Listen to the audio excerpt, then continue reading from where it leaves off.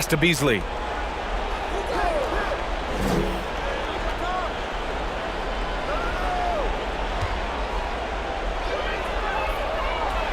Ooh, and he took a hard foul on the shot. So he'll head to the line to shoot a pair. I like that he's playing with an edge here in the second half. I mean, he didn't get to the line once in the first half. All right, guys, what do you think so far about the offensive approach for Boston?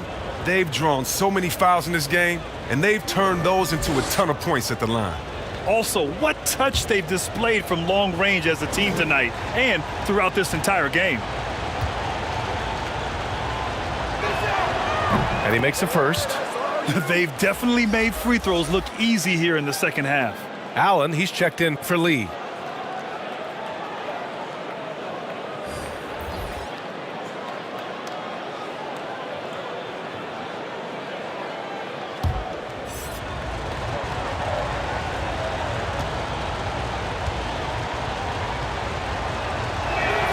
And so he makes both from the line. Boston shooting around 39%. They'd like to get that higher. Setting the floor for the Heat. And it's Wade in at the 2. Left side, Rondo. Here's Ilgauskas. He's guarded by Beasley. Rondo's shot is off. For Miami, they've gotten 5 of 12 shot attempts to go so far in the fourth quarter. And the whistle on the shot. Got some contact there. Misses the shot, but he'll shoot 2. No debate there. He got hammered.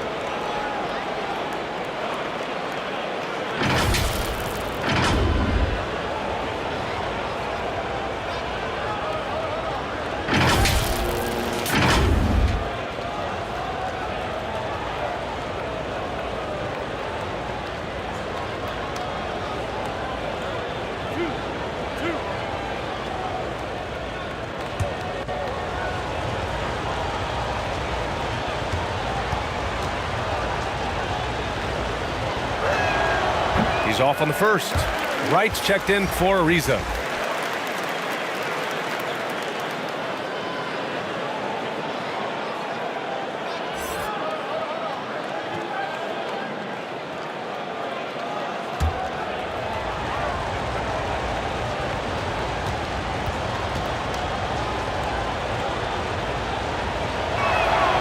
Second free throw, no good. Here's Ilgauskas to the inside. Garnett lays it up and banks it in. He's been a different player since halftime. Coming on strong now. Here's Wade. The three-pointer off the mark. The Celtics shooting about 32% during this fourth. Rondo's shot is off. It's not easy to keep him from converting those. I mean, the D has to be airtight. Blocked. Pass to Wade. Going inside. And a strong finish with 2 hands. That's the awareness of Wade. He knows how to take over on huge possessions. Rondo with it. And Boston calls time here. Failing to find a rhythm offensively. Something that needs to change and change soon. Yeah, they might be pressing a little. I mean, forcing some things. This is a good opportunity to calm everyone down. And now let's take a look at the New Balance Player of the Game. When you look at the stats from this game, truly, it was his from the start. His scoring's been great, but he's done so many other things on the court as well. Wow, I'm just so impressed with his continued play for his ball club. And keeping us updated from the sideline, Allie LaForce. Hey guys, during that last break, I heard Doc Rivers as he talked with the team. As this game enters its final moments, he told his guys to keep their cool, saying, quote, "No sloppy play. Let's stay true to what we do best. We're almost there, gentlemen." Okay, good stuff. Thank you, Allie. And that's out of bounds. Miami will keep it. His shot was hindered by that momentous mobile 1 block. What a play. I mean, that'll have the offense thinking twice about taking shots in his presence.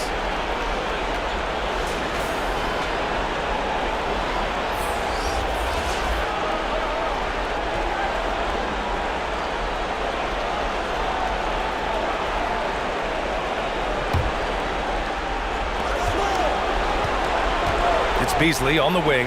Corner shot. Deflected. And that's out of bounds. Miami will keep it.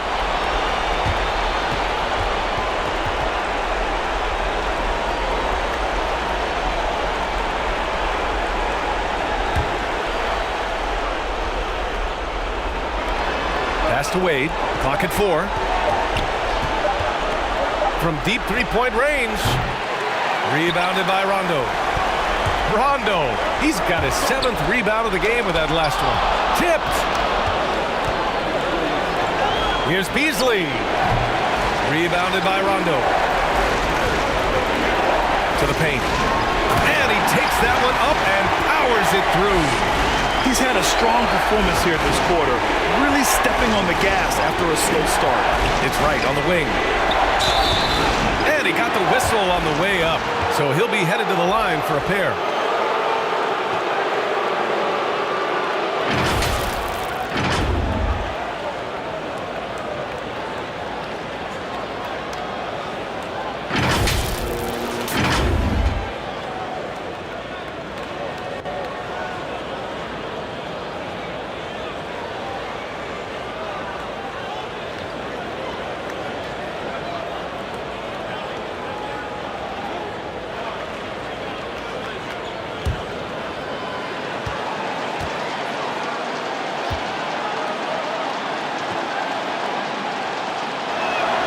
Ooh, he doesn't hit the first. That was the one they really wanted.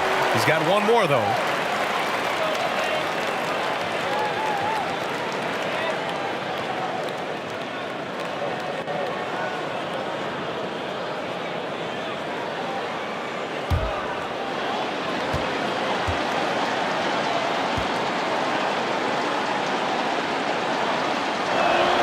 And he's able to hit the second one, and that trims the lead to 6.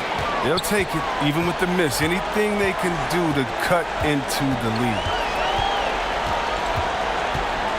Here's Rondo. That one a little long. Miami shooting only 40% from the floor in this game. Here's O'Neal. Oh, and he got fouled on his way up. He'll head to the line to shoot 2.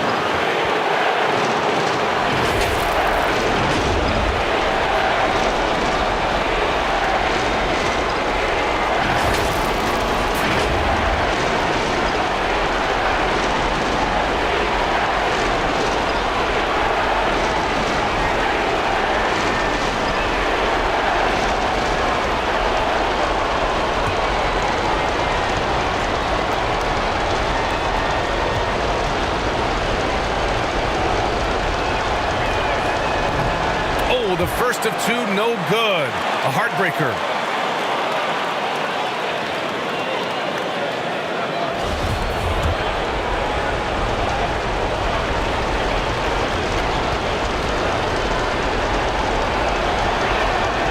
So neither attempt will fall that time for him. Well, the Celtics shooting just under 40% from the field. Ilgauskas shot is off. And it's Miami's ball. 6-point game. And a foul called on the way up. So he'll take 2 from the free throw line.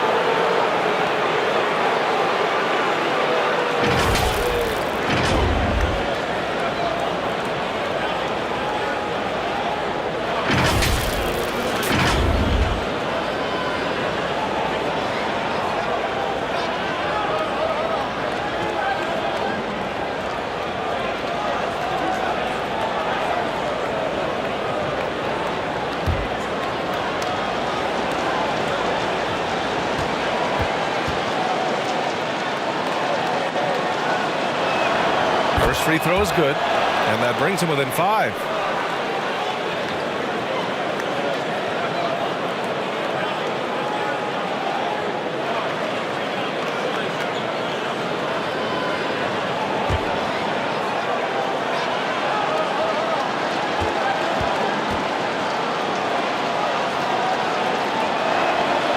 And he's unable to get the second one. Boston on offense. Pass to Garnett. Count it, and 1. He'll have a chance in the three-point play. Beasley. And so he's picked up his final foul, and he'll sit the rest of this one out. Yeah, too bad he fouled out. But this team does have some depth at his position.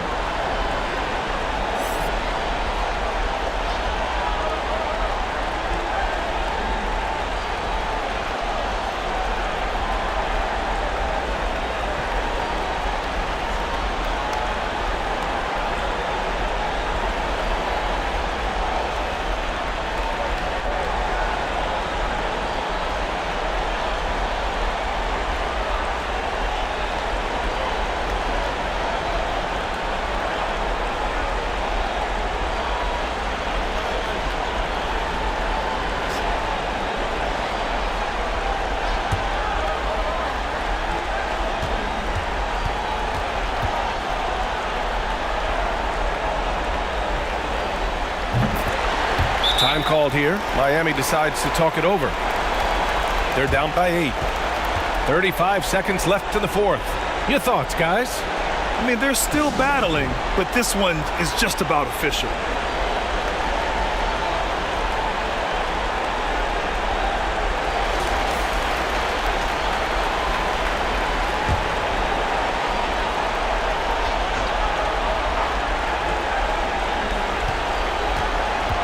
To the left side wing. Pass to Wade. 27 seconds left in the fourth quarter. And it's good for 2. You got to respect Wade's feel for the moment. His ability to score down the stretch, a fearless competitor. And so they choose to intentionally foul.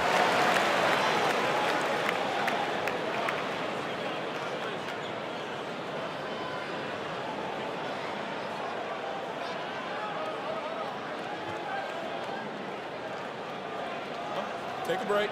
Take a break. 2 shots.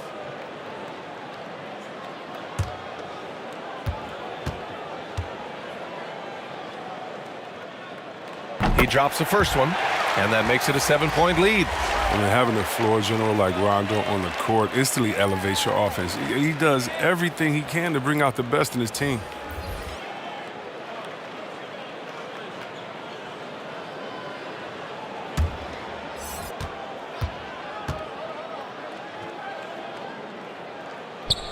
And he hits both free throws here. And it's an 8-point ball game. Time called here. Miami decides to talk it over. They're down by 8. 20 seconds left in the fourth quarter here.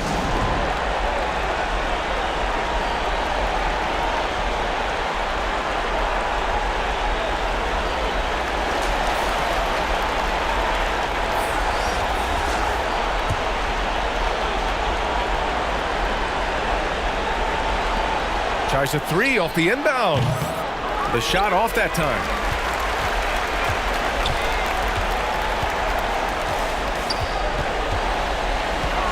Here's AI.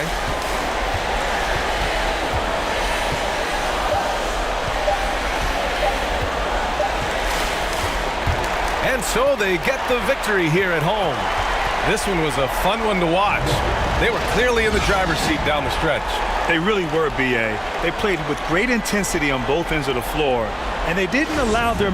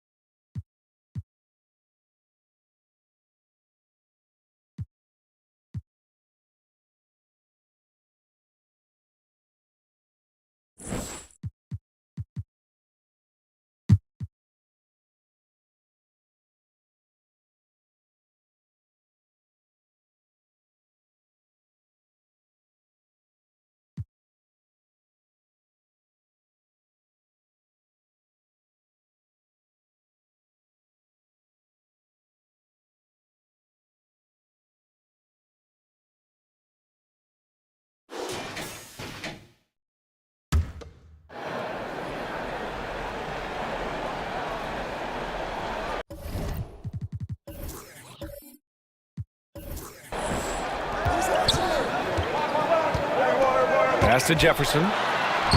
Jefferson, nice persistence to tip it back in. And the Grizzlies lead by 5. They've been dominating the boards tonight, yet it's still a close game. They've got Marc Gasol, Kyle Lowry out there with Kevin Love. And it's ABC in at the 2. Now Green. Shot clock at 5. Here's Haslam out to the right wing. From the corner. Martin misses. Hey, sometimes the best looks don't equate to points. Down low. Jefferson, good. And now a 7-point Memphis lead. Here's Udrih.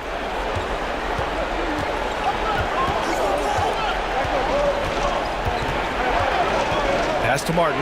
Fires the 3. The rebound by Lowry. Lowry's got rebound number 7 tonight. This is a rough stretch right here for him offensively. Seems to be rushing shots. And that one's good. ABC. I just think that's trouble. You're gonna let that guy shoot layups. You're asking for it. They're searching for a way to score. Yeah, buckets have been very tough to come by. Now here's Green. The baseline J. And he sinks that one, hitting the back of the rim on the way in. Well, that basket must be widening out right now, and he's making almost every shot he's putting up this quarter. Timeout called. Memphis. They're rushing things offensively, and their impatience has led to carelessness.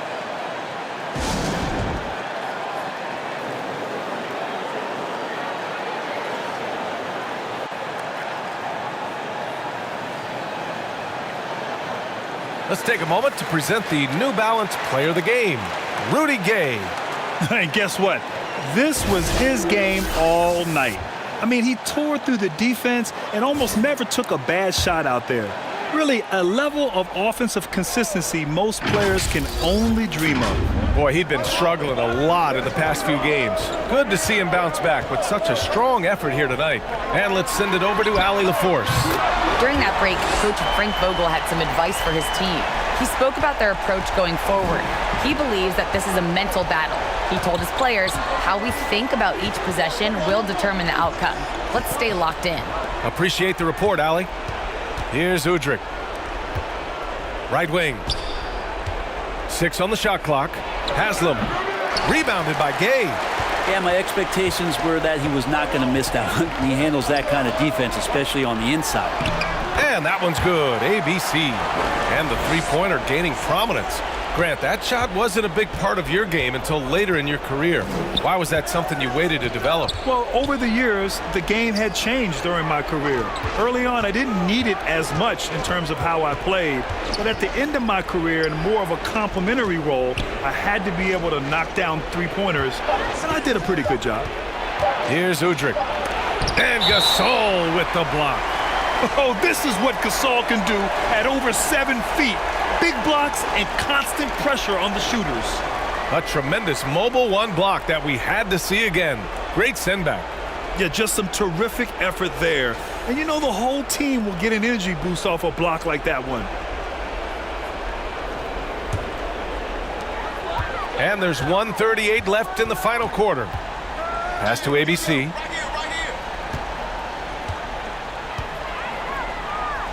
Lets it fly from 18.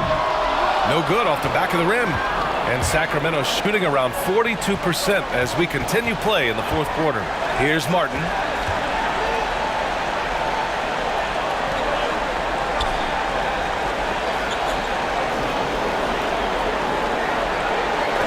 Pulls up, and he'll draw the foul. He'll head to the line for 2.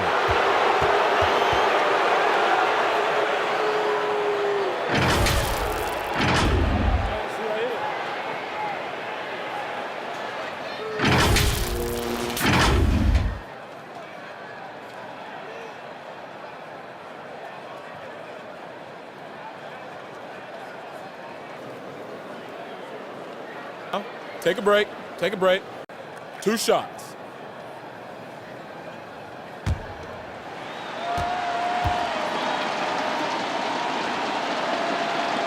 The first one falls.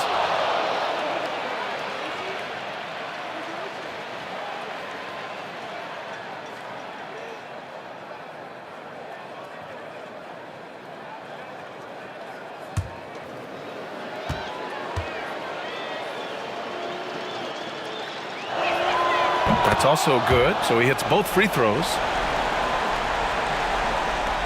They can take their time if they want. Yes, you have to regroup. Make sure you get a good shot.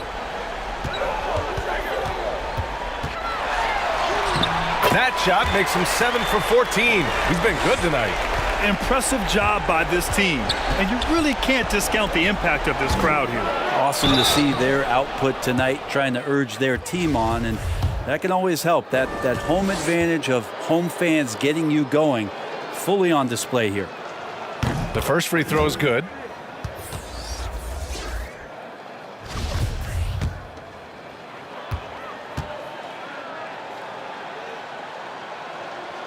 Good on both. 46 seconds left in the fourth. To the left wing. Here's Gasol. And he makes the 8-footer. And the Grizzlies lead by 12. Finishing the game strong. This is how you shut the door on any hopes of a comeback. Yeah, definitely putting a stamp on this one. A very, very decisive victory for the club tonight.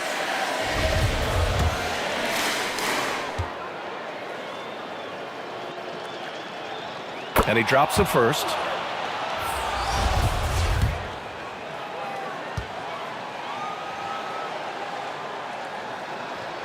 So he gets them both. And we've got 28 seconds left to play in the fourth. To the middle. Goes up and lays it in nice and easy. The strong finish from Gasol is no surprise. The authority he plays with, even the contact can't throw him off. Parker outside. The three is up. Sinks it from distance. 8 seconds left to play in the fourth quarter of this one. Now here's Gasol.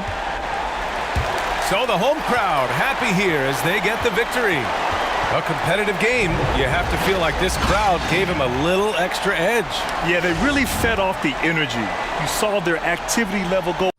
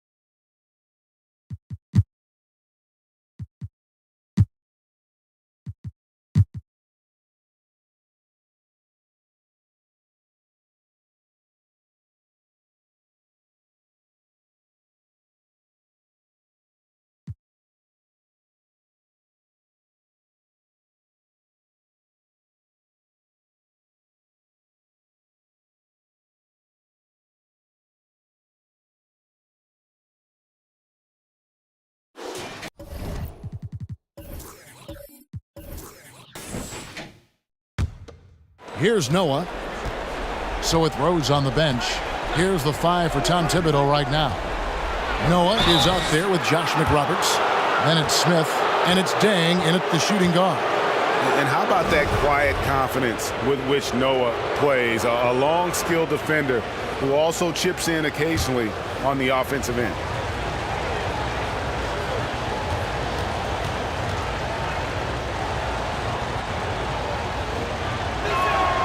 And that drops, so they now lead by 1. So it's both teams making substitutions here.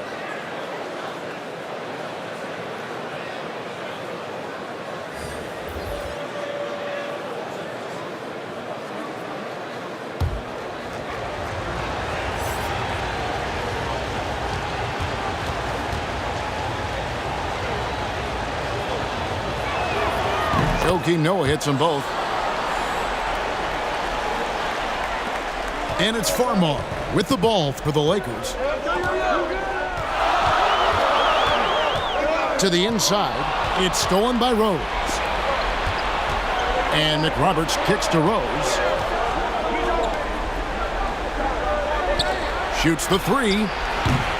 The rebound by the Lakers. Okur's got rebound number 7 for him tonight. Here's Farmar. That one rolling around and rims out. The defense made an impact right there. Definitely got him uncomfortable going up with it. He gets that one. Rose has got the lead up to 4 now for Chicago. Hey, guys, we know Rose has drilled big shots before. Just add another one to the highlight reel. And the Lakers call time here. Trying to find some answers offensively. Yeah, and you know, that's going to be the focus of this timeout. They need to come up with a spark to get the offense going. And now, let's present our New Balance Player of the Game, Josh Smith. Yeah, and his percentage from the field tonight, just amazing. He hadn't just been gunning. He's been picking his spots, and you need that kind of patience and discipline to shoot as well as he had. And we've got an update here, so let's check in with David Aldridge reporting from the sideline. Well, I had a chance to find out what Los Angeles' coach was going over with his guys. He told them, don't look at the scoreboard. It's 0-0. One play at a time. Execute the game plan. That's how we're going to win this game. Kevin, he's trying to keep them focused. Thank you, David. Time called here. The Bulls decide to talk it over. Every timeout, a chance to review the lineups, matchups, or call a play. Yeah, and I agree. I think there's going to be a new wrinkle in their game plan when they come out of this timeout. Here is McRoberts. Over Gasol. Offensive rebound. Good. Rose has got 4 points in the quarter. Boy, anytime you're a guard like Rose and you can hit the boards like that, coaches love it.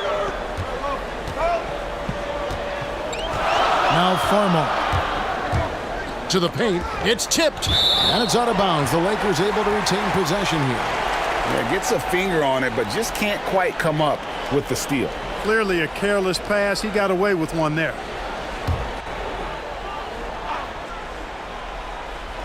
For 3, Okur. How about the great effort, though, of Noah defensively, just using every inch of his frame to throw off shooters. Gordon against Kobe. Outside Rose. 5 to shoot. Here's Noah. Played in with a nice touch off the glass. Boy, it's hard to replace enthusiasm. It can take you so far, in the passion Noah plays with, hustling on the offensive glass, scrappy on the defensive end as well. He's fun to watch. You're not going to see that very often. Plenty of space, but he just, let's face it, he whiffs on that. Rose in the post. Can't hit from in close. Los Angeles trails by 6. Here's Okur. Noah with the block. And that one goes out of bounds. Last touch by Noah. How about that strong defensive performance for this half's mobile 1 block? And guys, they'll think twice about attempting that shot again. That was a big-time rejection.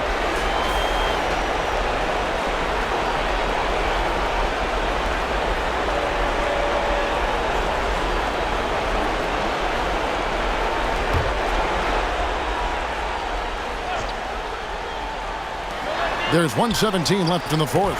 Farmar. Gordon deciding where to go with it. And the layup's good off the glass. Gordon's got 10 points in just the second half. And an important part of every team's game, a look at the hustle stats for the Bulls. Their defense has been outstanding, closing out on shots and blocking a few as well. They've worked hard tonight at crashing the boards as well. They've had a bunch of second chance points.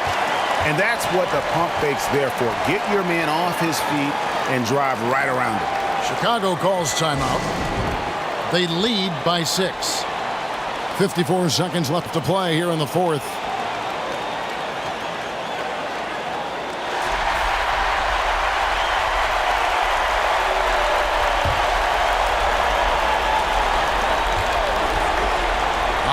Gordon over Bryant. The putback. It's good on the putback. Rose has got the lead up to 8 now for Chicago. You know, this is what Rose does best to me, guys. A scorer who attacks on offense with unbridled ferocity. And Kobe lives for these situations. You know how much he likes the spotlight, and boy, does he deliver time and time again. 41 seconds left in the fourth quarter of this one. Double team on Rose. And a bit of a battle here for the ball. The official signals a jump ball here.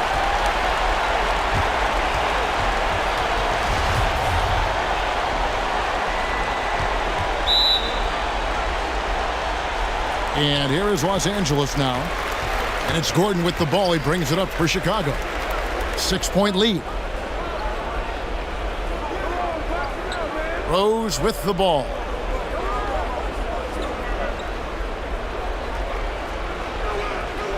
Six to shoot. Unloads. And they'll get another chance. And that's a good job of just getting after it on the backboard. Gets them another possession and allows them to run even more clock. And so it's Chicago winning this one. A truly gutsy performance away from home. You know, it really was. And Kevin, when this one was hanging in the balance late, they showed just what. Thank you, David. Great interview once.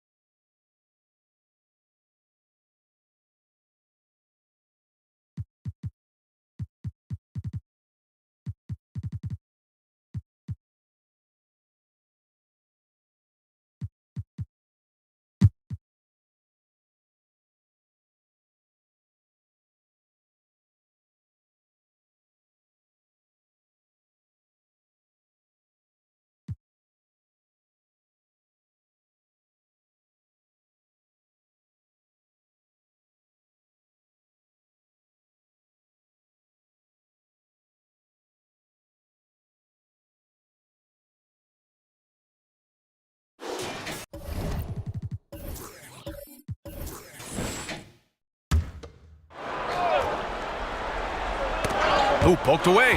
Ooh, it's stolen by Iguodala. And the 76ers looking at who they've got. Brand. The second chance points on the tip in. And the 76ers lead by 2. And breaking down some numbers here, the hustle stats for the 76ers. They played a heads-up brand of basketball this entire game, and they've got the steals to prove it. Another thing I've noticed is their work on the offensive glass. Creating extra opportunities has been the key. Iguodala outside.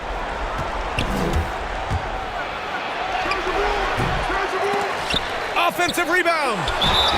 And there's the basket, and the whistle blows. Chance at a three-point play here. Going to the line for one.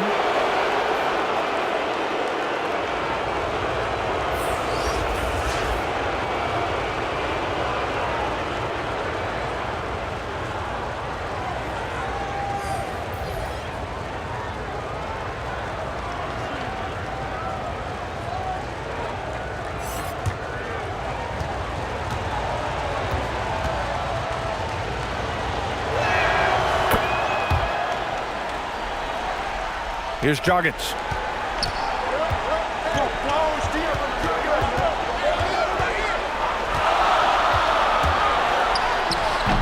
The shot no good.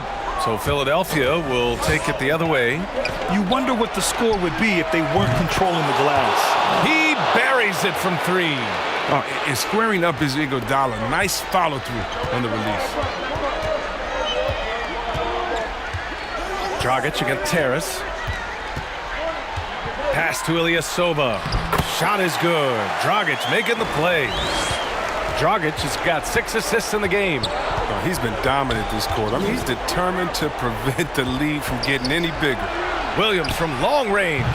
And it's Ilyasova with the rebound. Ilyasova's got 5 rebounds tonight. Here's Dragic. There's the block. Out of bounds as Charlotte keeps possession. An outstanding defensive play to earn the mobile one block. You know, you can't ask for any better defense than that. He responded so fast to the shooter, and it stifled him.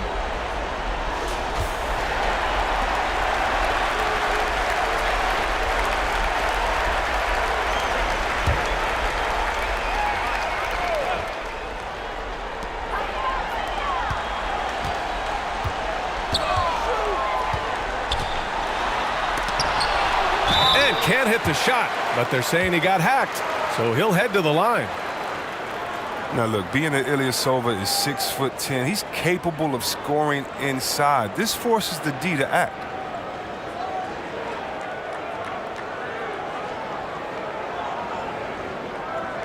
Shooting 2.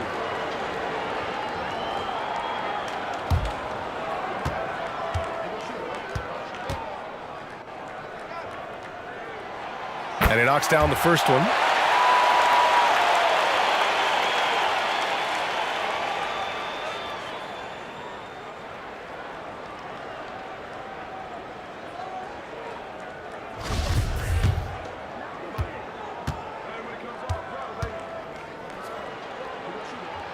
That one falls, so he hits both of them. A perfect trip to the line narrows the gap. Well, the 76ers shooting 47% since the fourth quarter started.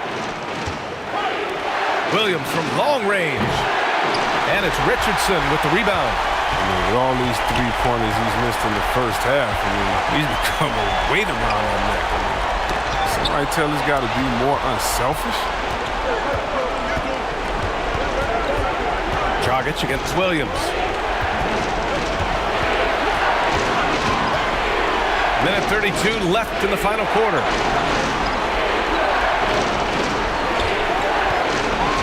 Clock is at 3. And it's Dragic with the rebound. His effort level is there. You can't blame him on that. He's working to get good shots. It's just not connected.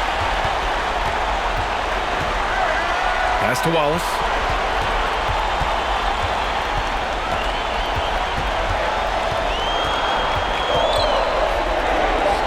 Back to Dragic. Let's go with a 3. They get it back. Okafor. And it's good. And he's brought them within 2 points now. And talk about stepping up in a big way. That's why they put the ball in his hands. They know they can count on him to make crucial shots. Harris misses. Now Okafor.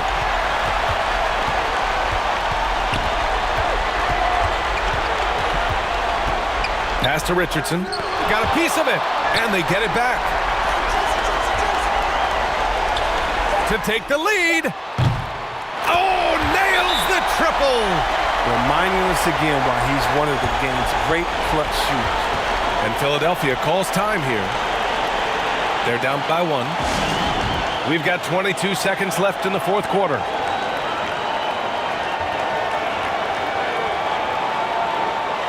And now we present our New Balance Player of the Game. Yeah, really the standout element of this game tonight was his offense and his ability to get inside by cutting the defense to shreds, finding lanes, even making them, and relentlessly attacking the hoop. Gives us a chance to catch up with Allie LaForce. Hey guys, during that last break, I heard Philadelphia's coach as he addressed the team. He was calm but confident. He asked them to be quicker getting to their offense and intense on D. He said, we're right there. We have to get some quick hitters and then pressure the ball. He knows they're low on time, but he sees a way back. Thank you for that, Allie. He hits the first one, and that'll put him up 2.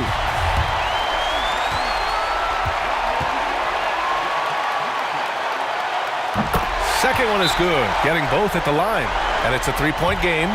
Delivering exactly what they needed from the line. He secures the 3-point lead. And Philadelphia calls time here. They're behind by 3. 17 seconds left in the fourth quarter of this one.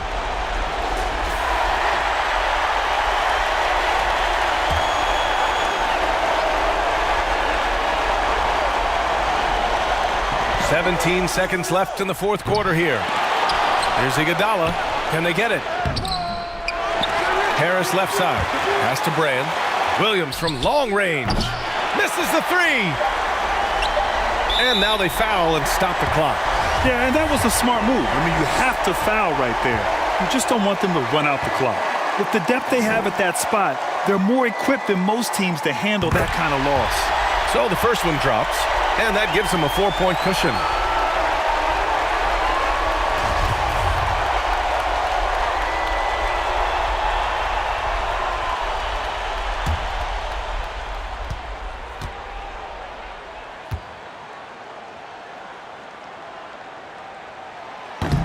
And he cannot convert on the second. That misses. And Philadelphia calls time here. They're behind by 4. Only 2 seconds left in the fourth quarter.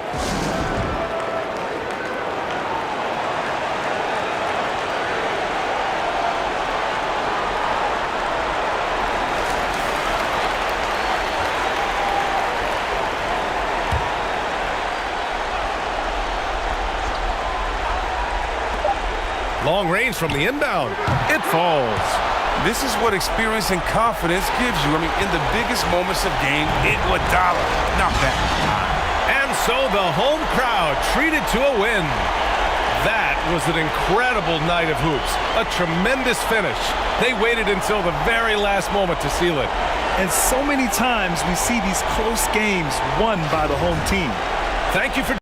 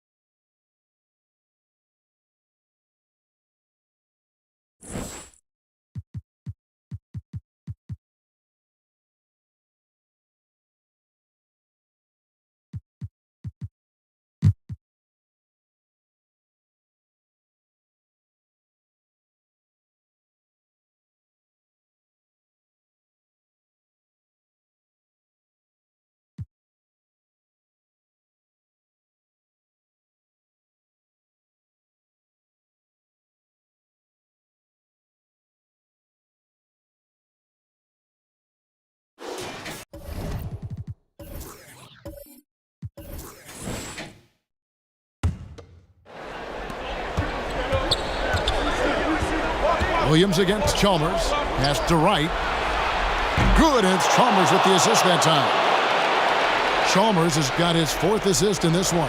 I'll tell you, he'll take that all day, every day. I'm sure he was shocked to find himself that wide open. We've got Williams. Zach Randolph is out there with Bonner. And it's Murphy in at the 5 spot. So that's the group out there for Indiana. Here is Daniels.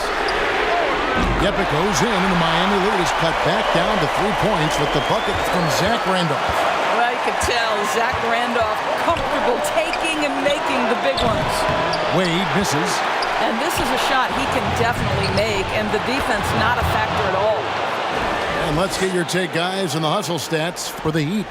Defensively, they played with a lot of energy, and the steals we've seen are a result of that aggressiveness.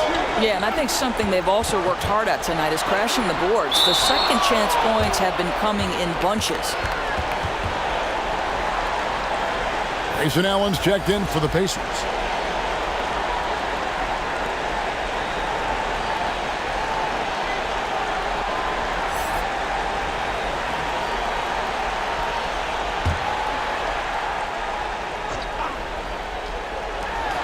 We've got 1:18 left in the fourth quarter.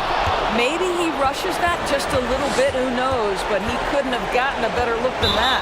Yeah, clearly he had an established position there. Let's take another look at the staunch defense during that mobile 1 block. Yeah, quick thinking pays off big. What a block.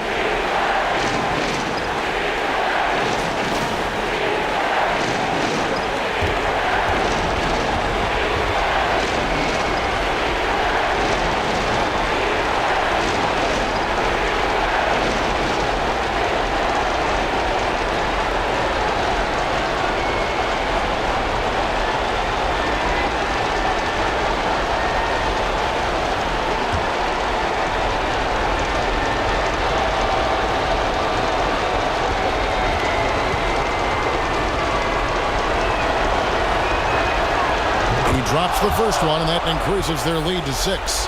Well, when Dwayne Wade is able to stay healthy, he has proven he's still very effective. This guy is smart, he's decisive, and he can play at a high level. And Indiana making a change here. Randolph is checked in.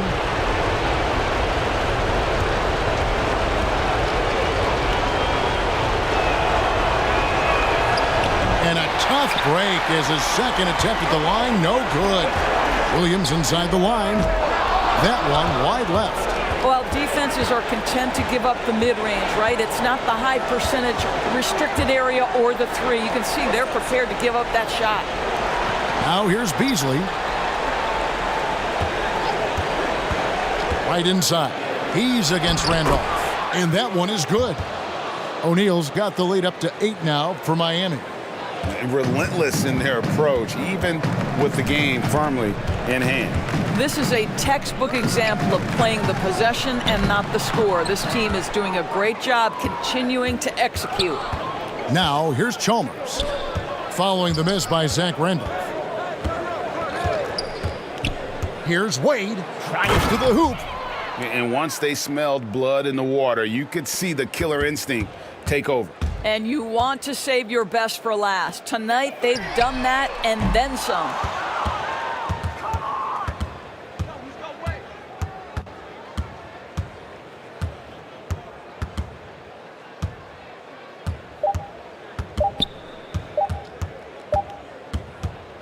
And so Miami takes this one by a big margin.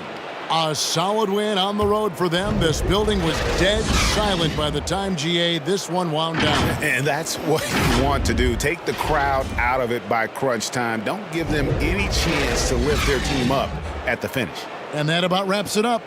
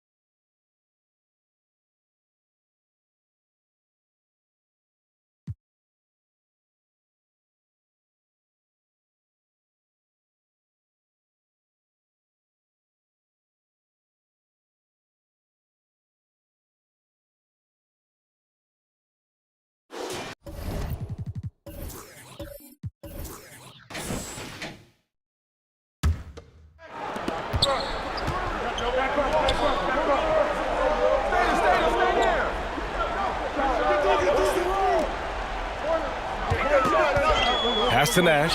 Fires the three. Jefferson grabs the miss. He hasn't helped the cause with his shooting, but his teammates have had his back. On the court for the Grizzlies.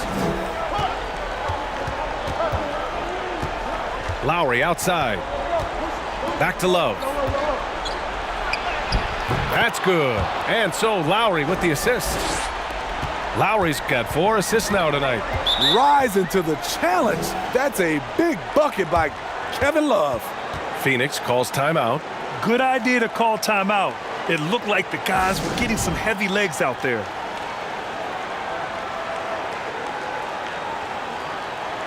And now a moment to present the New Balance Player of the Game. What an impressive performance for him tonight, particularly on the scoreboard. Understand the team's unselfish play, the ball movement, the player movement allowed him to convert consistently on the offensive end. All right, let's check in with Allie LaForce. Guys, over that last break, I listened to Phoenix's coach address his team. With the game being this tight, each possession takes on a greater importance. He told his players, quote, be in the moment. If something doesn't go our way, don't dwell on it. Focus on the next play. Guys? Great work, Allie. Thanks.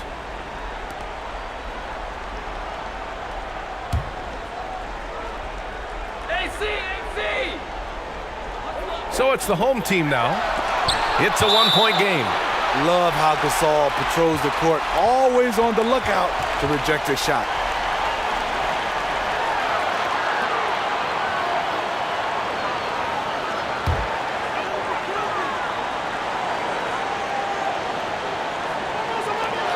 .157 left to play in the fourth quarter. Yep, that one's good. Timeout call, Memphis. They trail by 3. We've got 1:55 left to play in the fourth quarter.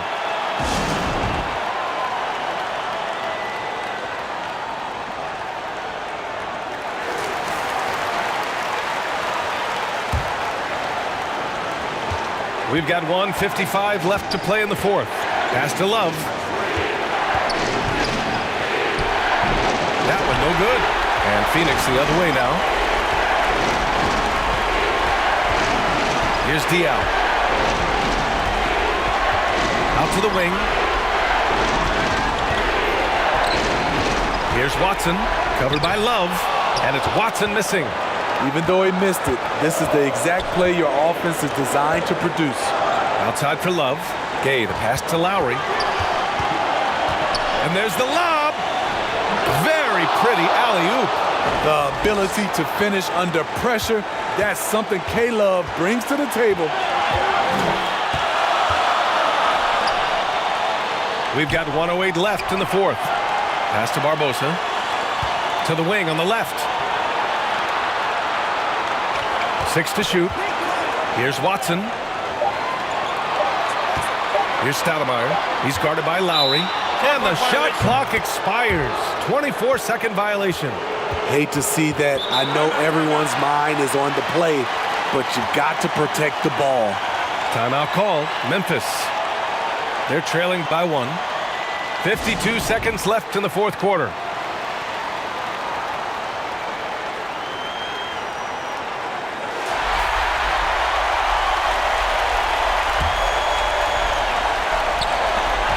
.52 seconds left in the game. To take the lead, laces one from 3. Whoa, that is as clutch as it gets. Big time play.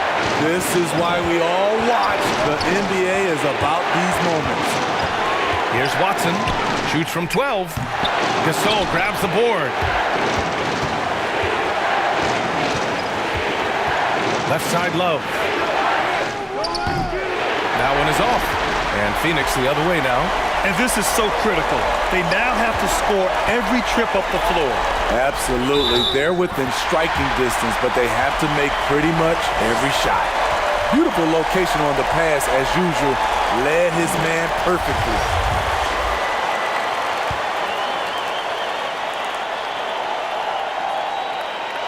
Ooh, he knocks down the clutch free throw. In tense situations at the line, they can count on him to keep his cool. Timeout call, Memphis.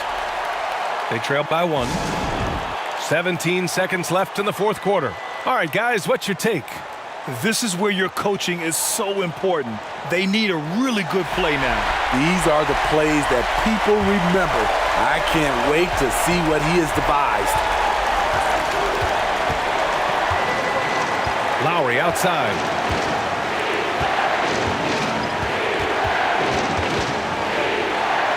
Kick out to Gay. Yes! Unbelievable poise. Game on the line. Rudy Gay coming through in the clutch. Phoenix calls timeout. They're behind by 1. 1 second left in the game.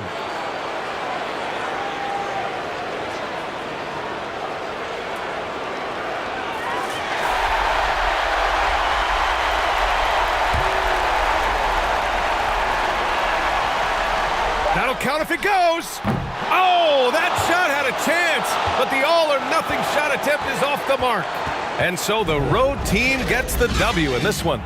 With the late victory, they upset plenty of these hometown fans. They really should take this win to heart. When the pressure was on, they stepped up and worked twice as hard to overcome it. And that'll do it, folks.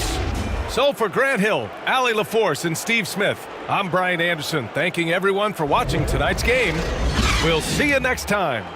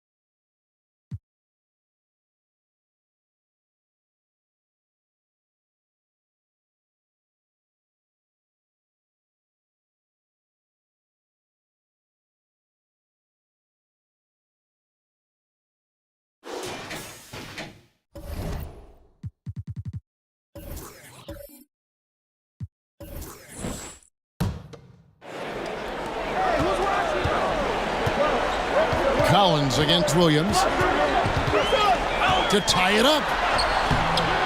Douglas Roberts pulls it in. They'll have a hard time shaking that one off. Perfect position, plenty of space, just clanked it. On the court for the Bucks, Collins is out there with Michael Redd. Then there's Larry Nance. Then there's Leon Pope. And it's Douglas Roberts in at the power forward.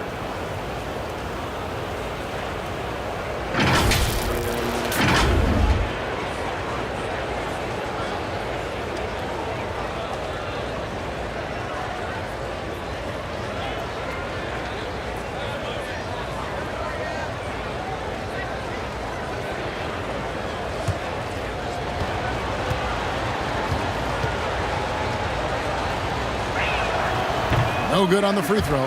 The team just cannot get into a groove from the free throw line. It's a common problem for them. And Utah making a change here.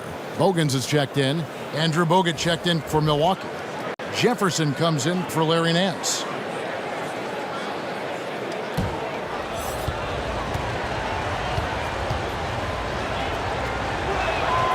And he's good on the second. And it's Williams with the ball for the Jazz. They trail by 3.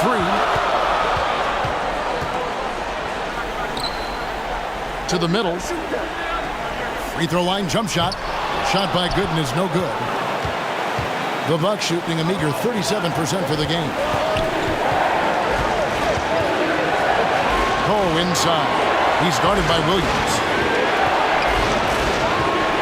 Outside Jefferson. Shot clock at 6. From deep, Collins. Rebounded by the Jazz. Gooden's got 9 rebounds now tonight. Isles, that's for 2. And too long on the shot. Milwaukee leading by 3. Red passes to Collins. Now Jefferson. A three-pointer is right on target. Jefferson's got 6 points in the quarter. Yeah, here's a list of things I don't want to do, and right at the top is guard that guy. Bogans passes to Miles. Swiped it away. Now the Bucks moving it up. Now here is Red. Not a lot of room. Shoots over Bogans.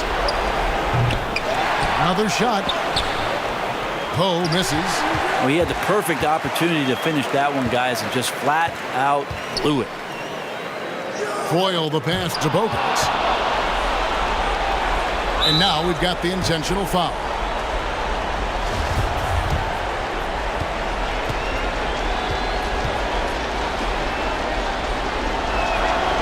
It's the first, and that makes it a 7-point lead. Alexander's checked in for Milwaukee.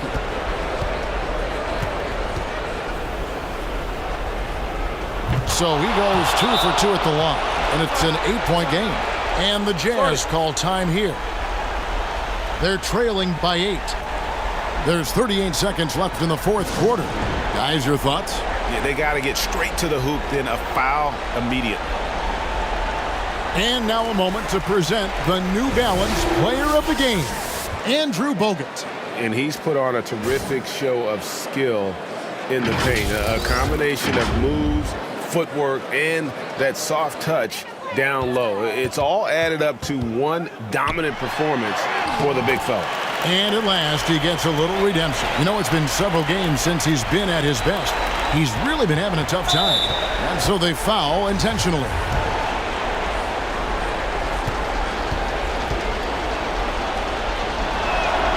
He hits the first one, and that makes it a 7-point lead.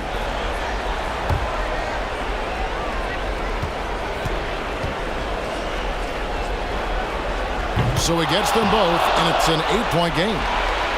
Here's Williams. And I think they realize any hope of a comeback is gone. Well, realistic at this stage of the game, they're going to lose this one, but will they take something from the loss? Just 1 second between the shot clock and game clock. And again, the Bucks miss. Bogans kicks to Gooden.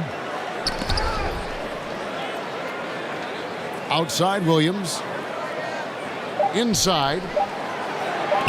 Bogans from outside. No good. And so the Bucks take the win. This was a very strong showing for him, Greg. Not necessarily a runaway win, but one they'll feel. All right, David, great job. Thanks so much. Thank you for joining.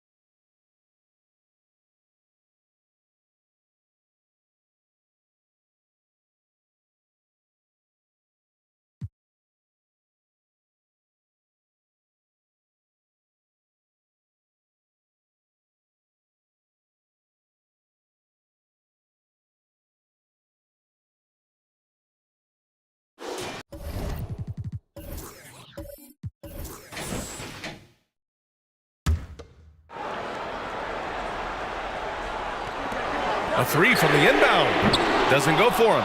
And Houston will come the other way. You wonder what the score would be if they weren't controlling the glass. So the Rockets 5 now. And plays like that one can make the difference in a close game. And it definitely got the bench on their feet, too. Well, credit him for going for it, not settling, saying, I'm going to attack. Now a timeout called by Oklahoma City. They've committed enough fouls to be in the penalty already. Not good. They really need to concentrate on playing strong defense without getting too physical. And now let's take a look at the New Balance Player of the Game. He's been unguardable in this one, getting whatever he wants out there. He's just simply putting the offense on his back and delivering. Green's checked in for Kevin Durant. A moment to hear from Allie LaForce. Hi, guys. I had a chance to find out what Scott Brooks was discussing with his players. He just wanted his players to get a breather and to remind them, stick with the game plan. He wants them to stay patient and run their plays, even if they have to go deep into the shot clock. Back to you. And Allie, thank you for that. Here's Yao. It's hauled in by White. White's got rebound number 11. I think he's got to settle down because right now it feels like he's rushing, like he's forcing some shots. This quarter he has been completely bothered. In the NBA, you just can't let guys get to the rim. Yao.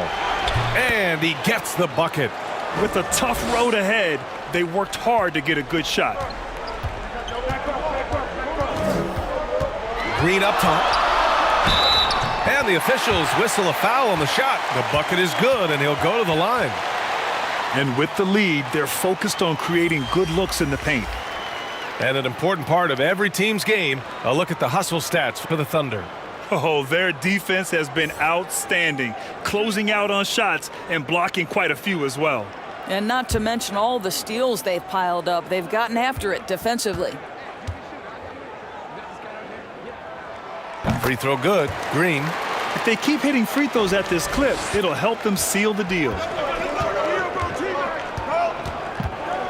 Here's McGrady. Green covering.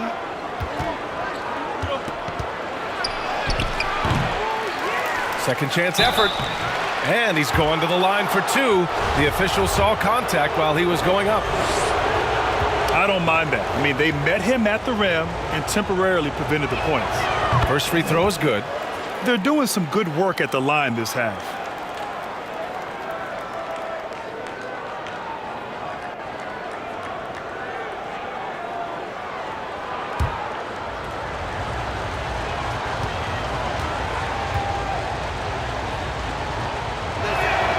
And that one goes in. Two from the line that time. This is what makes him a challenge to stop. He will beat you from the floor, and he can also beat you from the line. And Westbrook draws the double. And wrestling for it there, but no one has possession. We'll have a jump ball.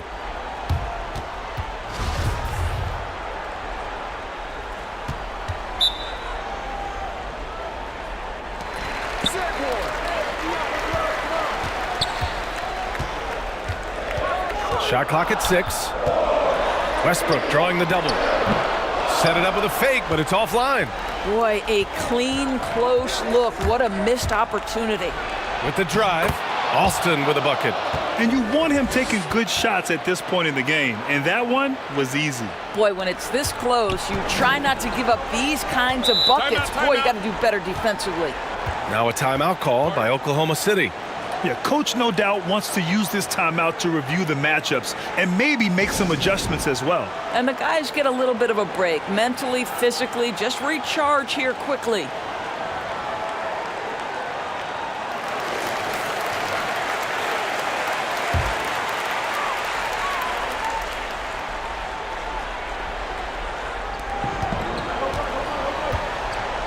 Now here's Westbrook. Defense right on him. And Westbrook draws the double. Oh, he hits that one. 8 for 11 and remaining a thorn in the D side. Well, this guy flat out carrying the load for them offensively. He is taking and making good shots. What a terrific job. Timeout called. Houston.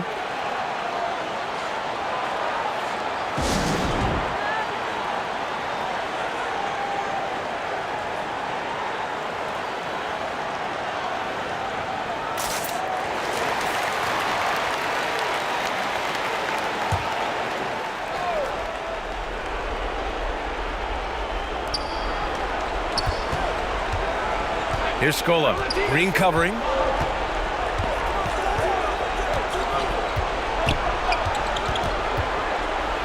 Boom! He jams it straight down. And a solid pick to free him up for the dunk. Boy, the timing there couldn't be any better. The execution was simply flawless. That, ladies and gentlemen, is how you run that play. Now a timeout called by Oklahoma City.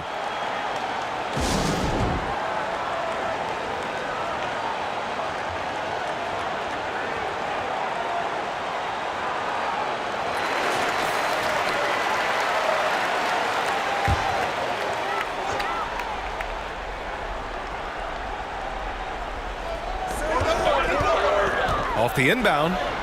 And there's Green on the assist by White. Green's got 9 points here in the second half. Boy, they don't waste any time on that inbound play. Very little the defense can do to react to that one. Timeout called. Houston.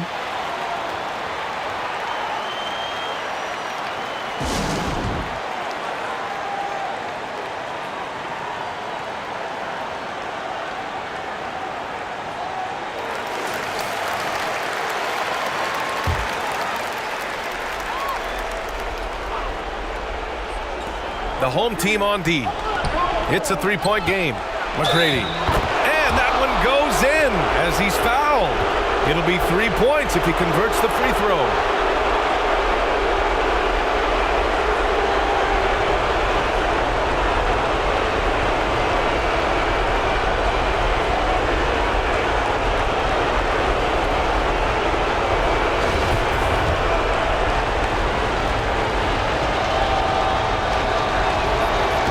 Drops. He ties it up. You must embrace the pressure and knock down critical free throws. Nicely done. Pass to Westbrook. Inside. And he jams it after taking a nice feed on the run. That gives him a double-double. If you leave someone open around Russell Westbrook, he knows it's his responsibility to find the open guy.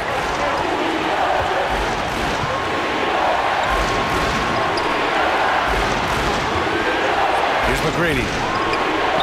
And it's good. Off the back rim and in. 22 points for him. That's one of those clutch shots he's known for. When the pressure is high, he seems to be the most locked in. Here's Westbrook. A rebound by Alston. Houston shooting at a decent clip. 45% for the game. Here's McGrady. And that misses. That would have put him up. Well, that's a blown defensive coverage, but it doesn't matter. He cannot answer the bell. Pass to Green. That's good. And so Westbrook with the assists. Green's got 4 points in the quarter. And the Rockets shooting at a reasonable 46% this fourth. Here's McGrady. Green covering. Tries it from the top of the key. Off the left rim and out. It's stolen. Here he goes. Shot, sending his teammates into a frenzy. I'll tell you, these guys have worked so hard together. Everyone pulling in the same direction. Beautiful to watch. Westbrook with the miss. Pass to McGrady. To take the lead. Cash. That's an important bucket. Now they have to guard the perimeter tight. No threes at all. Now a timeout call by Oklahoma City. They're trailing by 2. There's 21 seconds left in the game. All right, guys, what do you think? More than enough time to get a bucket. Well, they've got to be aggressive, guys, because the defense doesn't want to foul here. Brooks against Westbrook. Blocked! And they recover it. Now here's Green. Tight defense on him. Outside, Green. For 3, Westbrook. Oh, the all-or-nothing shot attempt falls offline. The visiting club takes the win on the road. With the late victory, they upset plenty of these hometown fans. They really should take this win to heart. When the pressure was on, they stepped up and worked twice as hard to overcome it. And that about wraps it up. For Doris Burke, Allie LaForce, and Grant Hill, and our entire crew, this is Brian Anderson thanking you for tuning in. We'll see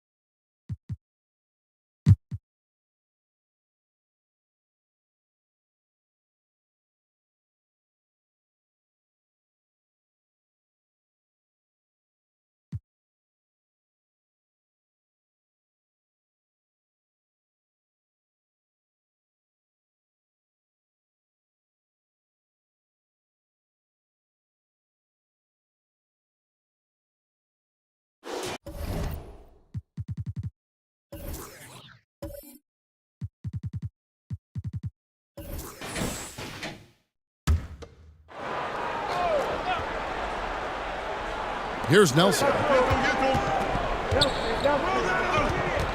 Now here's Kidd. Outside, Redick. Offline with his 3. Warriors leading by 4. And so in the game for the Magic, Jason Kidd is out there with Nelson. Then there's J.J. Redick. Then it's Turkoglu. And it's Lewis in at the 5. Now here's Bellinelli. Just 5 to shoot. Pass to Beadrinch. Over Lewis. Beadrinch's shot is off. No other way to put it. Just a poor shooting performance for him. But luckily, his teammates have picked up the slack. Another miss by Orlando. One made 3 for him for the game. Does he focus closer in? Let's see. Jackson with it.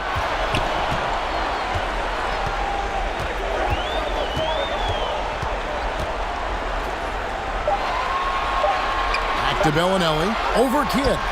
And he sinks that one, hitting the back of the rim on the way in. Bellinelli's got the lead up to 6 now for the Warriors. They need a good offensive possession. Yeah, they've gone a long time without a bucket. Turkoglu kicks to Redick. Outside Kidd. And the rejection by Jackson. Here's Ellis. Timeout called the Warriors.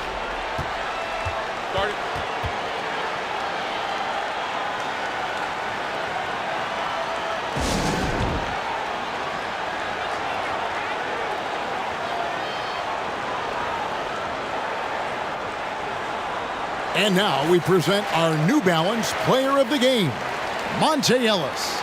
And guys, no doubt who our pick was going to be. He's made everyone else on the court look like they're playing at half speed. It's been total domination, and you can't help but just sit back and admire that performance. And Orlando making a change here. Howard's checked in. Okay, well, let's check in with David Aldridge, who's reporting from the sidelines. Hey, guys. Well, Steve Kerr talked to his team during the last timeout. He said, I want us to play as though we're behind. We're good when we play with urgency. We're bad when we become complacent. Don't become complacent. Let's go. Guys? Thank you, David.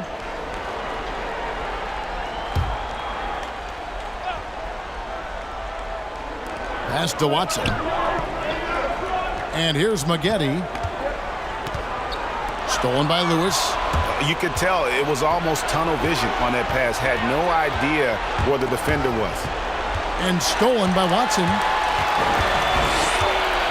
Maggette, the pass to Harrington. Down low. And it's blocked. Turkoglu outside. He's off on that one. The Warriors go the other way with it. There's the pass to Maggette. Unable to get that one. Good D by Nelson. Orlando trails by 4. It's tipped. Beadrinch with the steal. Watson surveying the D. Ellis outside. And the bucket is good. 3-point play chance here for him. And guys, let's get your take on the hustle stats for the Warriors. The activity level defensively, I've really been impressed with. They've been in attack mode on the defensive end. Another part of their game that's made a difference tonight is all the second chance points they've been able to get. Jason Kidd's checked in for Orlando. And that one falls to Monte Ellis. And, you know, Ellis is always in attack mode. He's looking for opportunities to score the ball when he's out there. He's an outstanding shooter who can make big shots and carry your offense at times. Warriors leading by 7. Passes it to Watson. To the paint. Here's Beadrinch. And it's sent back by Howard. Get that weak stuff out of here around Howard. Return to sender is what he stamped that one with. Kidd, no good. Yeah, he just flat out tricked that one, missed it, and has no one to blame but himself. Maggette outside. Ellis finds Watson. Now here's Harrington. He's covered by Kidd, and it's sent back by Howard. This is a do-or-die possession. They have got to get points. It really does come down to this. I mean, come up empty, and it's over. Really, the defense is helpless to stop a layup right there. Just too much of an advantage in terms of the mismatch. And it's the Warriors with the ball. Leading by 5. No good from Maggette. High post, Howard. Be a drench on him. Howard misses. And they go to the intentional foul.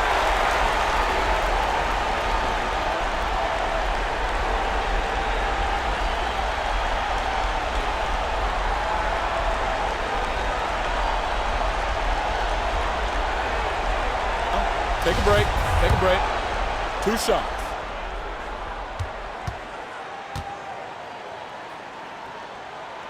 So the first one drops, and that increases their lead to 6.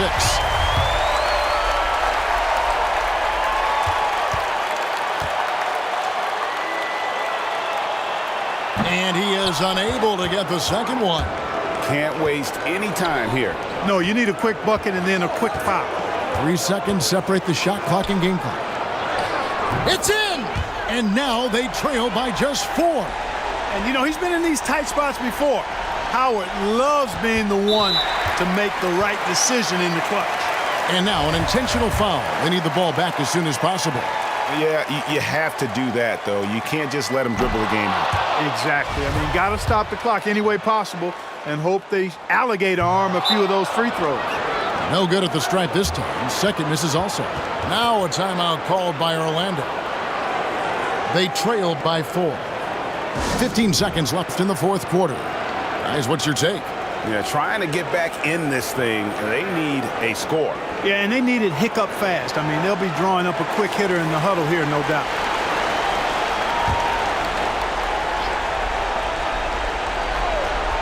Here are the Magic now. Trailing by 4. Lewis outside. Money! And that shot brings them to within just 1.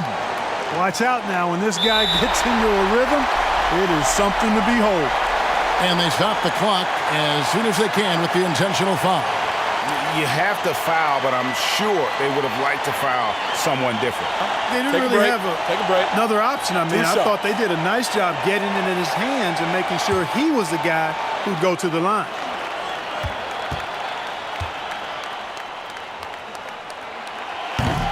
And he cannot get the first one to drop. Tough one to miss.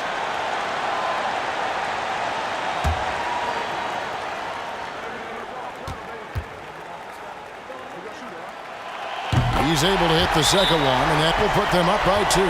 Time called here. The Magic decide to talk it over. They're down by 2. 8 seconds left in the game. What's your take, guys? Big chance here to tie it with a bucket. A critical possession, no doubt. We'll see what they draw up.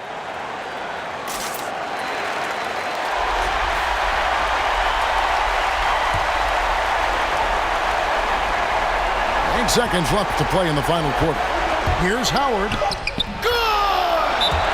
And tie game. That is a huge basket right there. Yeah, I like the fact that Howard is really good at staying aggressive when he knows he's hot. In attack mode on the offensive end. Timeout called the Warriors.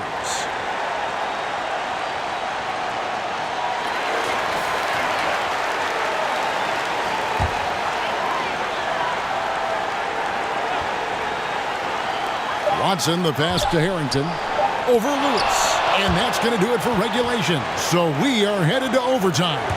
And don't go away. We'll be back momentarily.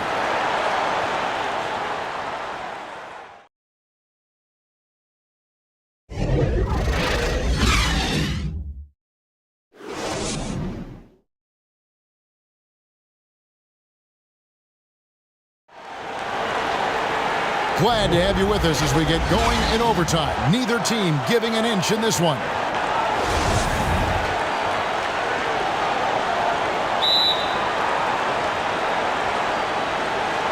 Tip-off goes to Orlando.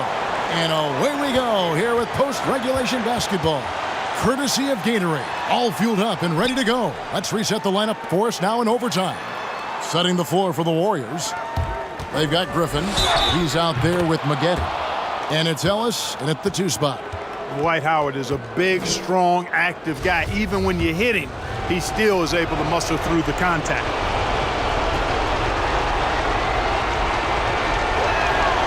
Free throw good, Howard. And it's Watson with the ball for the Warriors.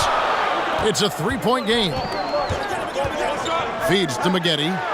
And he's fouled pretty hard on that shot, but he's got the chance to pick up the points at the line. It's on Hedo Turkoglu. And you look at Maggette, a muscular, athletic frame, creates problems for the defense. I mean, he's very good at drawing contact on the way up.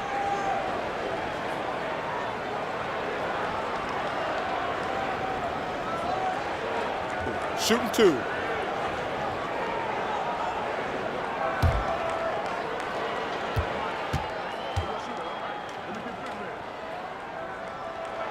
The first free throw is good. Yeah, Maggette's showing you good aggressiveness, and I like it. I love that aggressiveness. A really gifted scorer and athlete who loves having the ball in his hands.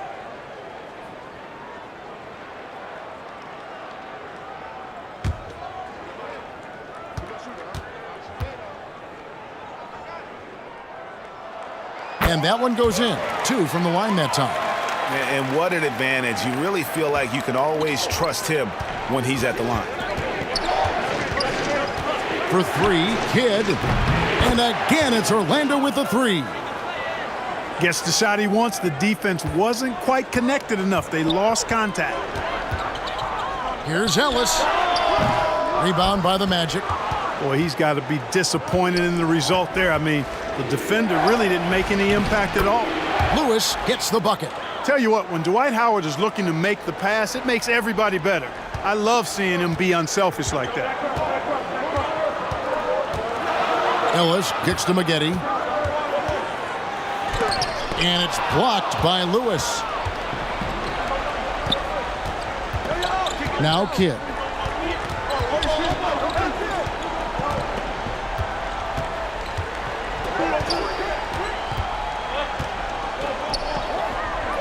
He feeds it to Lewis. Outside, Redick. Clock is at 3. And he hits it just before the shot clock expires. And it's an 8-point Magic lead. And there's a pattern starting to take shape here. They're working it inside and getting good shots from close range. Well, I agree with you. 4 of their last 5 baskets have been exactly of that variety. The drive by Ellis. And the Warriors miss again. Well, that's a rare miss for him inside. He may have just rushed it a bit, maybe lost concentration too. Warriors have gone 0 for 3 since the end of regulation. Not how they were hoping to start out this overtime period.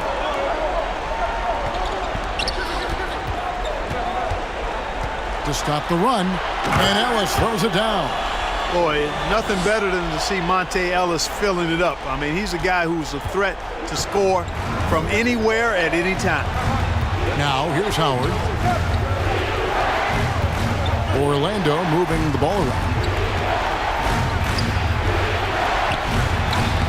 Shakes off the strong D and gets to the bucket for 2. Howard's got the lead up to 8 now for the Magic. Timeout called the Warriors.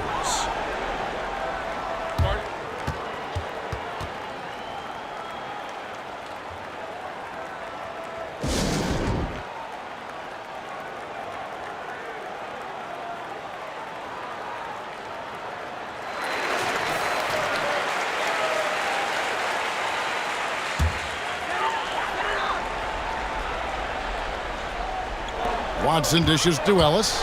He takes it in, makes it off the glass. Ellis has got 33 points. How about the drive by Ellis? I mean, he bursts through holes in the defense and scores easily around the rim. Kidd passes to Howard. And it's blocked by Beatrice. And he gets it back. And that one, good. Here is Watson.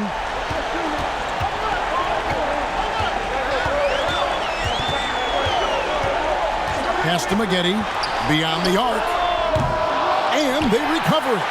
And I just love how he's banging down low. His hard work will let them use some more of the clock here.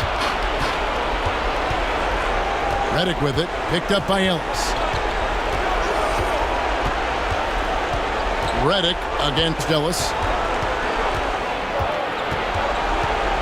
Now here's Redick. Defense is right there. And Ellis with the block. And now the fast break. Griffin with the ball. And Blake Griffin is just an incredible athlete, explosive and great balance and mobility, powerful. A big guy who can flat out throw it down, and he also can pass it too. First free throw is good, and that narrows the gap to 7.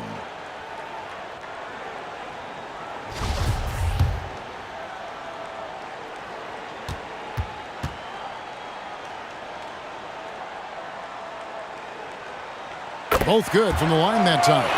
Boy, did they need those free throws to go down. They're definitely within striking distance. Pass to Howard. For 3, Kidd doesn't go for it. And it's the Warriors taking it the other way. Ellis right side and stolen by Redick. The pass to Lewis. Lobbed up there for Howard, and Howard with the stuff. Late in the game, up big, they continue to attack. Yeah, I don't think you want to get loose and sloppy or ease up, but it is time for them to start using that clock a bit. Now here's Ellis, and he comes up with the deuce. Ellis has got 35 in the game. Hey, whenever the game is close, this team is going to turn to Monte Ellis. He's a big-time shot maker and performer who always, most of the time anyway, delivers in the clutch. Here are the Magic now. 6-point lead and an intentional foul right there.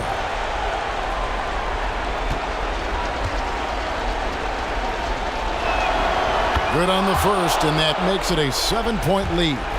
And Kidd, really just a nightly triple-double threat. Big point guard who can score, pass, and also rebounds the ball.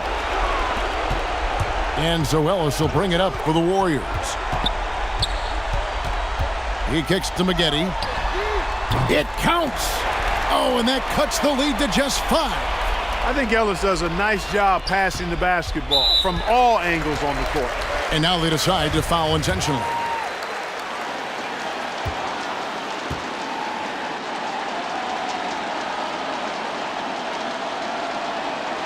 He hits the first one, and that increases their lead to 6. Boy, Redick has some of the most admirable traits you want to see in any basketball player. His professionalism and work ethic have made him the player he is today. And so both free throws are good, and it's a 7-point game. Perfectly done at the stripe there. That brings their lead up to an even more comfortable level. Timeout called the Warriors. They're behind by 7. 17 seconds left to play in the first overtime.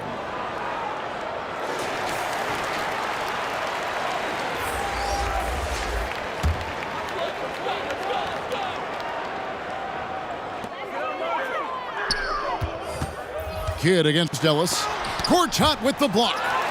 And an average shot blocker for a center. When Gortat rejects shots, it helps set the tone for the defense. Time called here. The Magic decide to talk it over.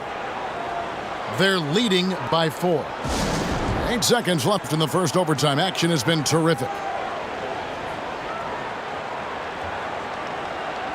And Orlando making a change here.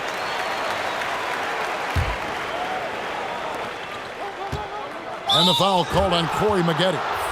And so he's picked up his final foul, and he will sit for the rest of this game. Yeah, tough break for him there.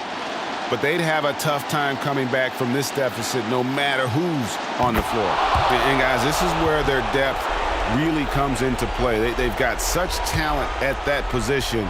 They'd love to have him out there, but they won't suffer much of a drop-off. And so he drops them both. It's a 6-point ball game. Good composure from the line there. Those shots sealed it. Bellinelli with the 3. He missed that one, but I've seen him drill shots from that distance in warm-ups. Well, that looked to me, guys, like a heat check, and was maybe a step out of his range. So the Magic win it. They had to scrape and claw to push it to overtime, but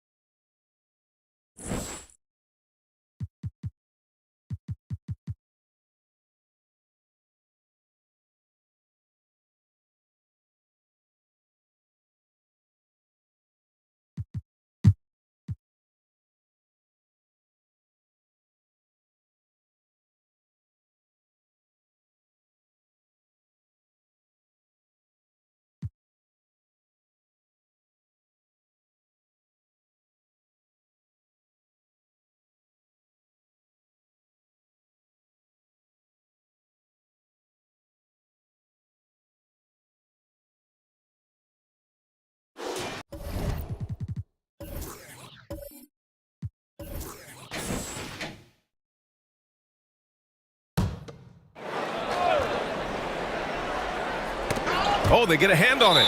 And that's going to be a turnover. They call him for the 8 seconds. On Tuesday, then on Wednesday. They'll never admit it, but a road trip like this one is the last thing they want.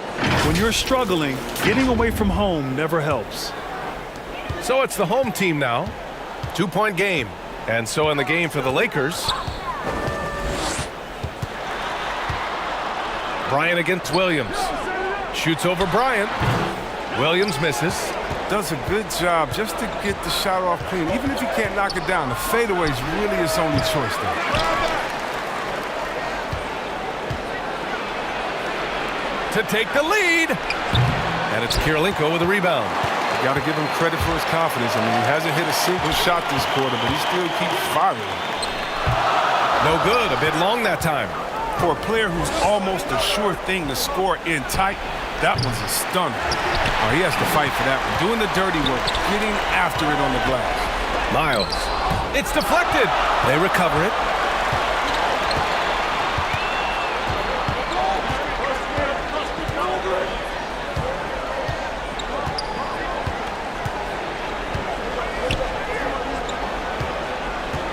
To tie it up.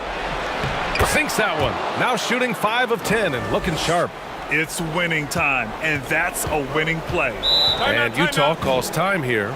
They're sending guys to the charity stripe way more than they should be. You'd like to see better positioning defensively.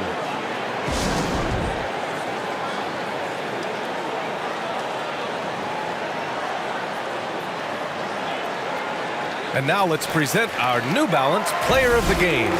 The defense has just looked utterly lost trying to slow him down. He's consistently just getting high percentage shots because of how hard he's working. He's doing pretty much whatever he can to get open and making the most of those opportunities. And let's swing it over to the sideline and hear from Allie. Over that last break, I listened to Utah's coach address his team. He told them this is a game that we can win. It's a game we should win. We've matched those guys step for step. From this point forward, let's try to force them to play at our tempo. All right, Allie, thanks once again. Driving to the basket, and down it goes. Jam that one home. And plays like that one can make the difference in a close game. And it definitely got the bench on their feet, too. And rightfully so. Also, how lackluster was the defense right there with the score this tight? Crucial play, using the height advantage to finish at the cylinder. Tries to break his ice, and it's out of bounds. Still Utah's ball. And now another look at that mobile one block defensive performance. Yeah, obviously he had the shot well anticipated, able to shut it down with authority.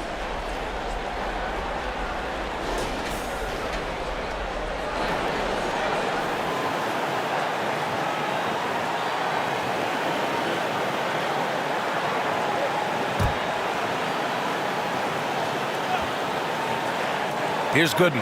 Up and over Gasol.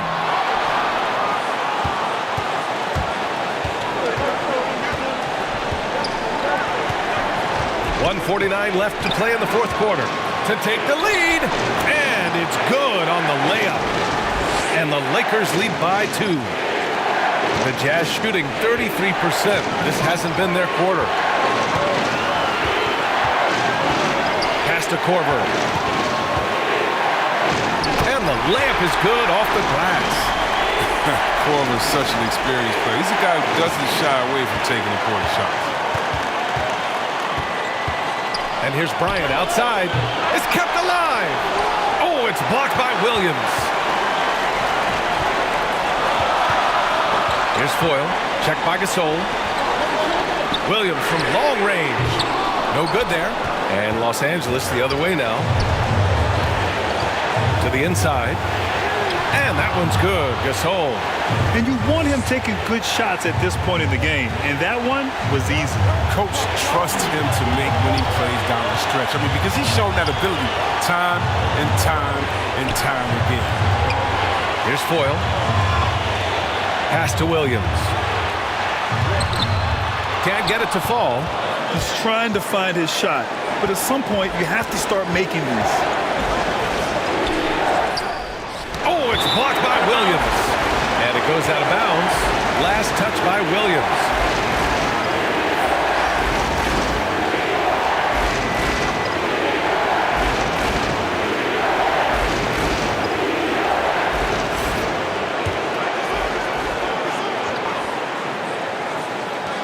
40 seconds left in the fourth. And here's Bryant outside. Oh, he hangs in there and cashes in on the second chance points. And now it's a 4-point Los Angeles lead.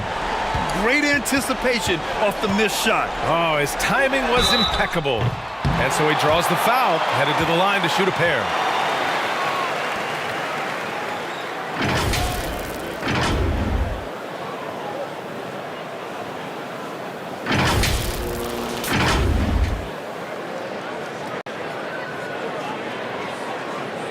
Take a break. Take a break. 2 shots.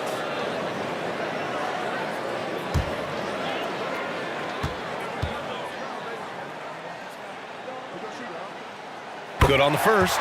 And that narrows the lead down to just 3.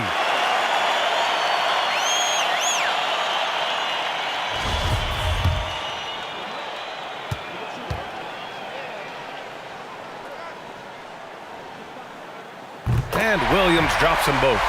In a close contest, you have to put the ball in the hands of someone who will find a way to put up points. Shot and game clock separated by 5. Bryant with it.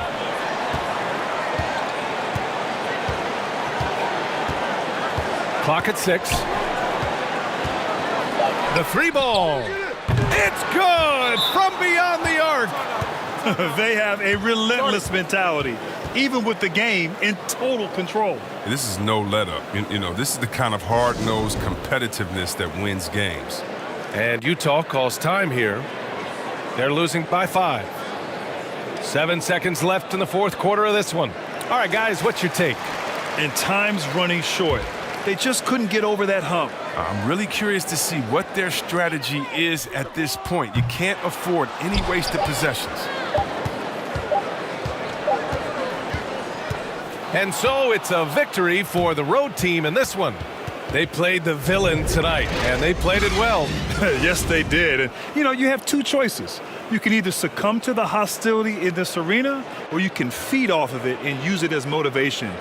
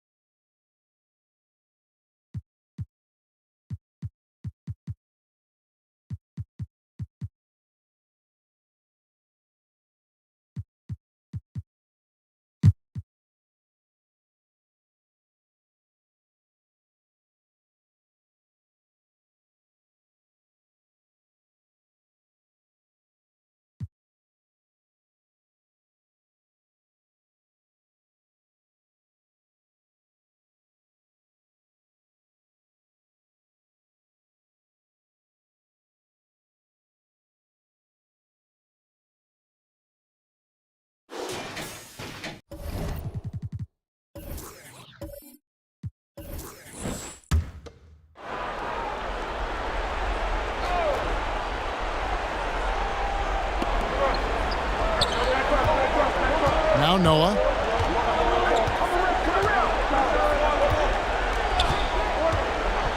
Driving the lane. The putback. Chris Bosh with the rebound. We've got Chris Bosh. O'Neal is out there with Calderon. Then it's Bargnani. And it's Dorsey in at the 3 slot. So that's the 5 in the game for Toronto. On the wing, Dang. To tie it up.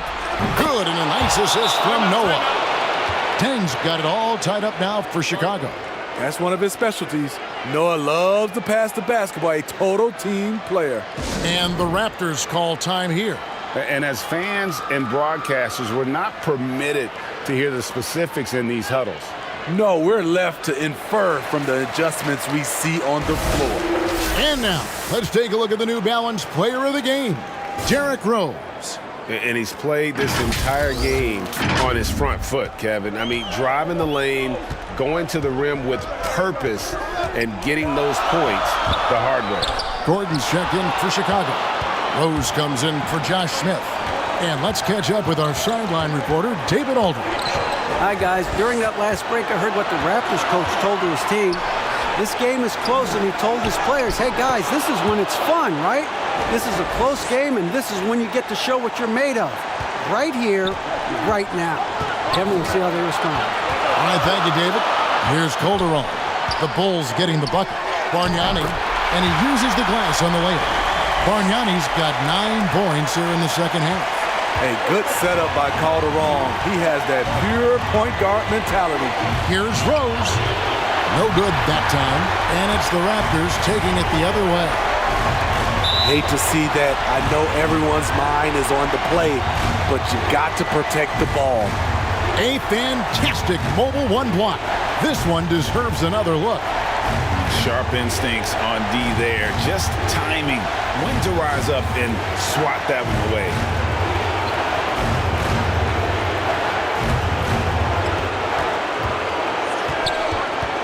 Calderon against Rose. And looks like the illegal pick was set. Yep, that's right. That'll get their attention. And not the most common call you'll see in the NBA, but hard to argue that pick wasn't illegal. It's often a tough call that can go either way, but I agree with you on that one. Now, here is Bargnani. Over Noah. Tried to bank it in, but he misses. Very dangerous to leave a guy like that open. Lucky break there for the D. Noah. Good! That is a big, big bucket from Noah. Raptors shooting around 41% on the night. Calderon against Rose. Here's Bargnani. And the Raptors miss again. Inside. Stolen by O'Neal.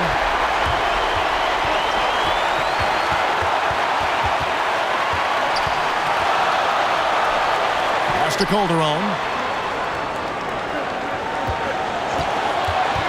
23 seconds left here in the fourth quarter. Got it! Timeout. Big time basket at a big time moment. This is why we all watch. The NBA is about these moments. And so now the timeout taken by Tom Thibodeau.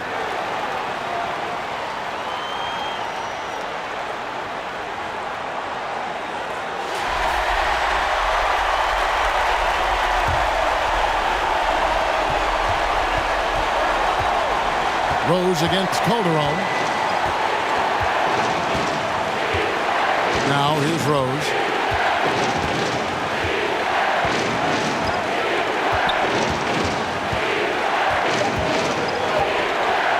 A 3-ball.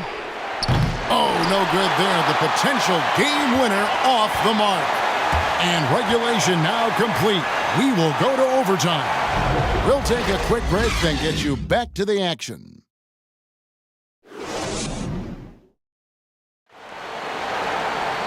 Well, 4 quarters weren't enough to decide this ball game. Sit back and enjoy as we move on to overtime.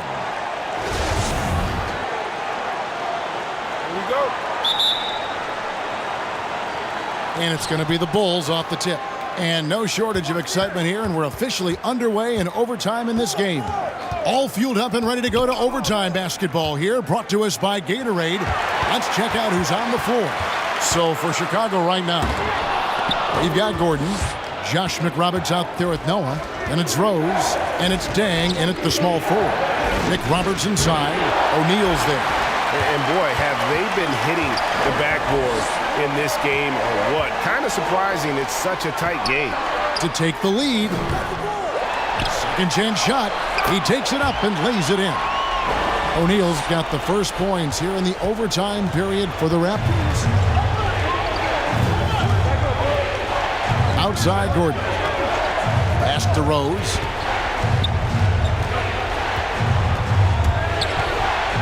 Count it. Rose has got the game tied up here for Chicago. Derrick Rose inside is a treat to watch because watch how high he gets off the floor. Calderon passes to O'Neal. Bargnani inside, working on Noah. Shot's good from Bargnani. And just using the natural advantage he has, he can see over the top of the defense. And let's also add, he has touch from there. That's a solid shot for him. Now here's Rose.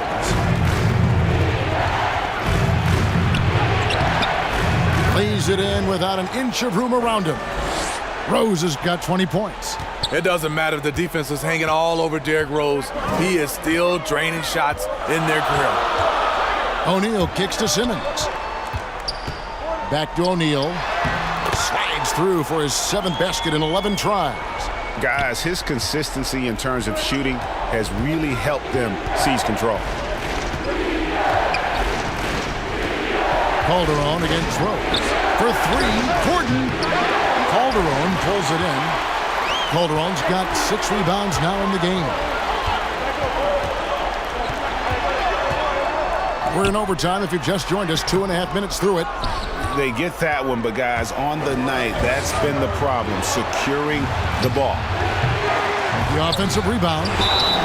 And he gets the whistle. 2 free throws coming up. Andre Bargnani picks one up.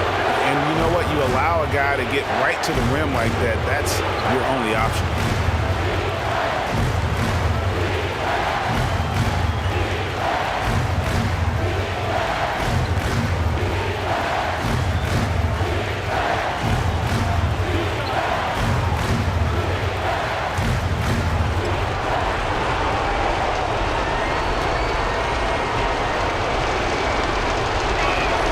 First free throw is good.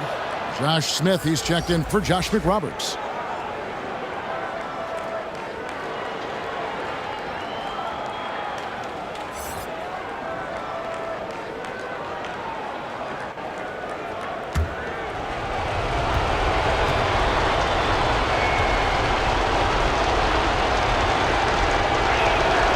Dang, hits them both. Yeah, that's who you want stepping to the line when the game is close. We're just over 2.5 minutes into overtime in this exciting game. And the Raptors call time here.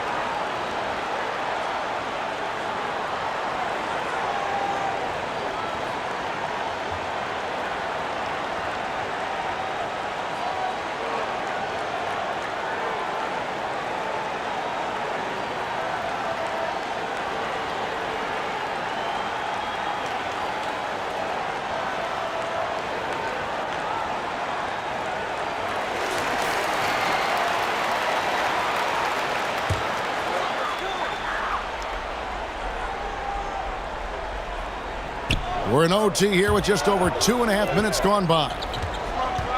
To the middle. Here's Bargnani. Rebound by the Bulls. Noah's got 14. Yep, 14 rebounds for him tonight. Wow. Smith. And contact on the shot, so he'll be shooting free throws here. And ever since he came straight out of high school into the NBA, there's always been a drive in Josh Smith. He plays like he's got something to prove.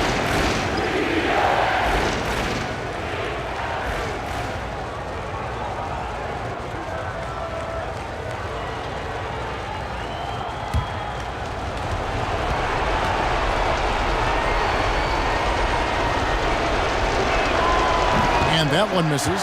And Toronto making a change here. Bosch is checked in.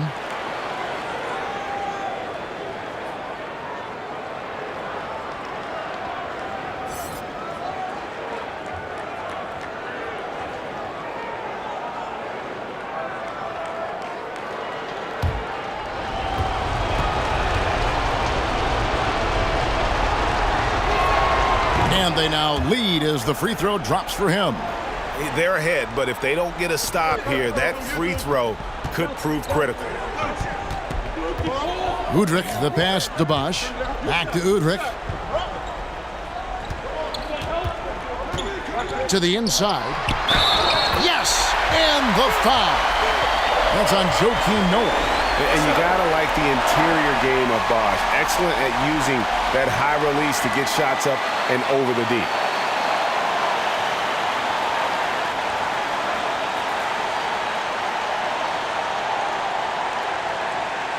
One side.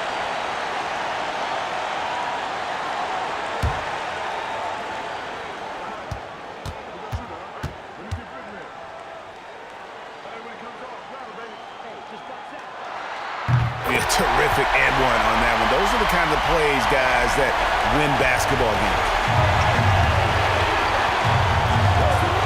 Rose against Calderon. Rose dishes to Smith. Outside Gordon. It's good, the assist that time from Smith. And 12 points for AI. Just under 3.5 minutes played in the extra period here. Calderon for three. Headshot off. Nice D from Rose. 4 on 3 as they bring it up. And oh boy, a lot of contact there, but he gets the call and will shoot two. Noah has a little bit of a different release on his jump shot, and that's the reason why he drew the foul.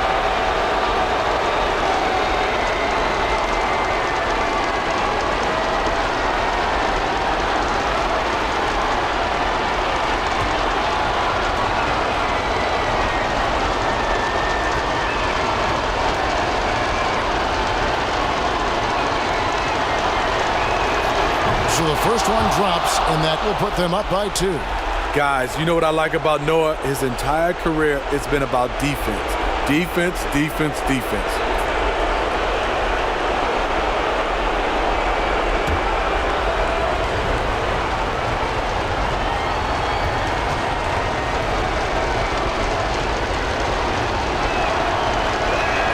The second one is good.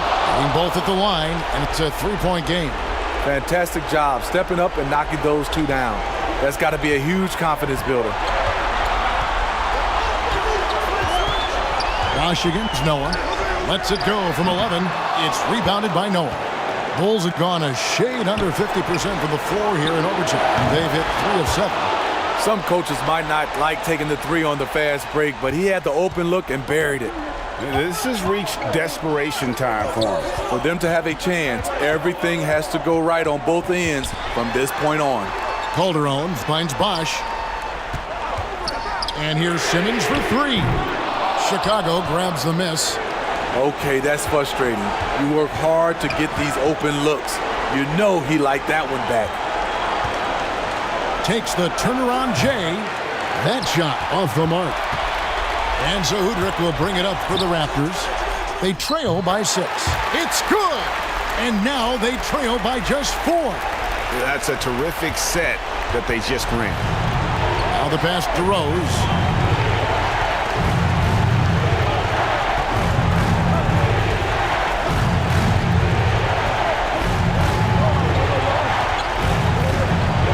Clock at 6.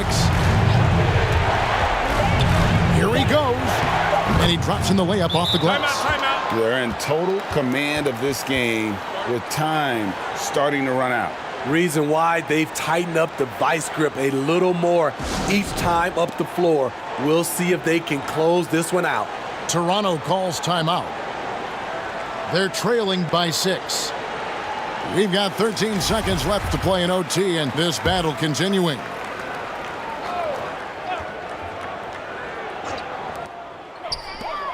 From deep. Rebound by Smith. And when you are as good a shooter as he is, you have to have the confidence to take that shot. It might not always fall. You know what another option is? Just give the ball up. Let someone else make a play.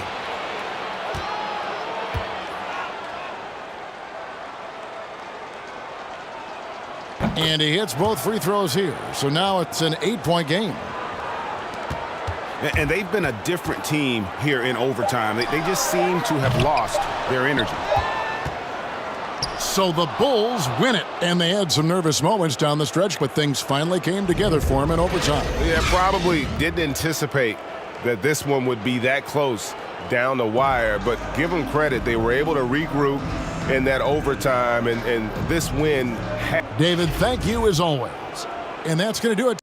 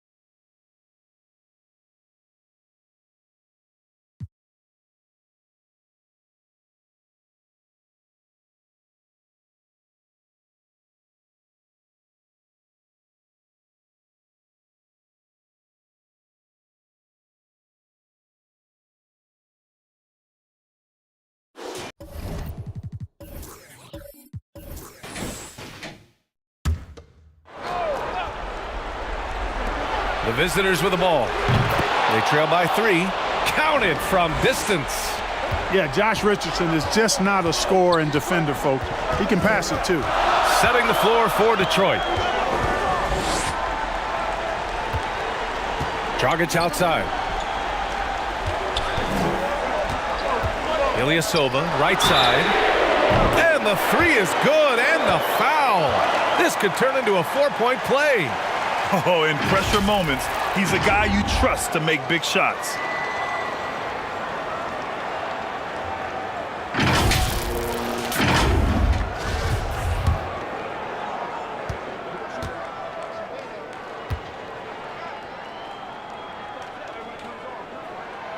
He's basically automatic from the line, not the guy you want to send there now. And Detroit is shooting the ball at only 35% here in the fourth quarter. Out left to the wing. Here's Millsap. And it's Richardson with the rebound. Richardson's got the glass covered here tonight. That's 11 boards for him. Count the bucket. Coming off a perfectly placed pass. Richardson's got 8 points here in the quarter. Well, Detroit's shooting about 41%. Pass to Millsap. Over Richardson. That one's wide left. Take what's available. Use the fadeaway when the defender's there on it. 1:33 left in the final quarter. He's guarded by Millsap. Back to Richardson. Just 5 on the clock. And Millsap pulls it down. Pass to Hamilton. Here's Prince. Here's Hamilton. To the right side. Here's Millsap. It falls! And now they trail by just 4. A huge possession, and Millsap comes through. He's known as a leader, and that is how you lead by example. Here's Dragic. Right through the D for the layup. A nifty play off the dribble. Creates barely enough space to get off the shot. This is do or die time. They must play flawlessly. Pass to Millsap. Up and over Richardson. Yes! And now they trail by just 4. And this is why Millsap makes the big bucks. Dependable at stepping up his game in the clutch. 34 seconds left to play in the fourth quarter of this one. And he commits the intentional foul.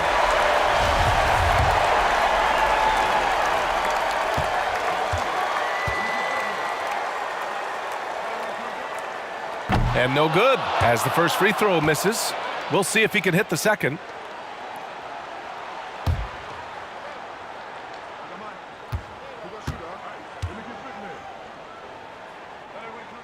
And the second of 2 is good. And that puts him up 5.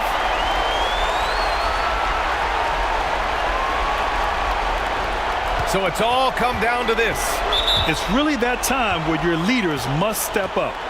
Detroit calls timeout. They're losing by 5. 29 seconds left in the final quarter.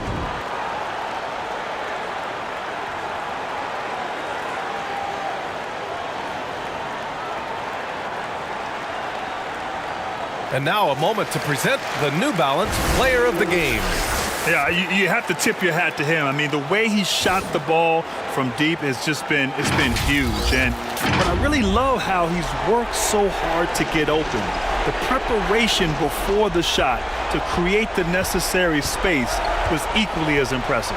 And from the sideline, let's catch up with Allie. The head coach for Detroit had some instruction for his guys during the break. He was really urging them to stay after it, saying, quote, "We're right there, guys. Keep playing for one another, and let's take this game." Bringing the inspiration. Back to you. And Allie, thanks. Getting a little desperate at this stage. I mean, the clock's the big factor. That's a good foul, though. I like that. I mean, clock management crucial at this time of the game. Shooting 2.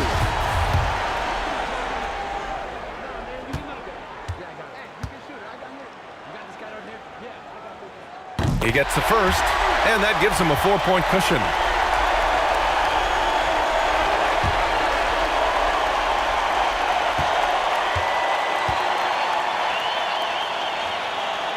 And a tough break as his second attempt is no good at the line. Pass to Hamilton. The 3 is up, and he sinks it. And that one brings him within 1. And talk about stepping up in a big way. Well, that was want to. He wanted the ball. Nobody else was taking that shot.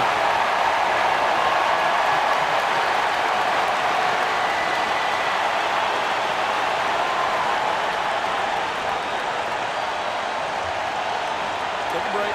Take a break. 2 seconds.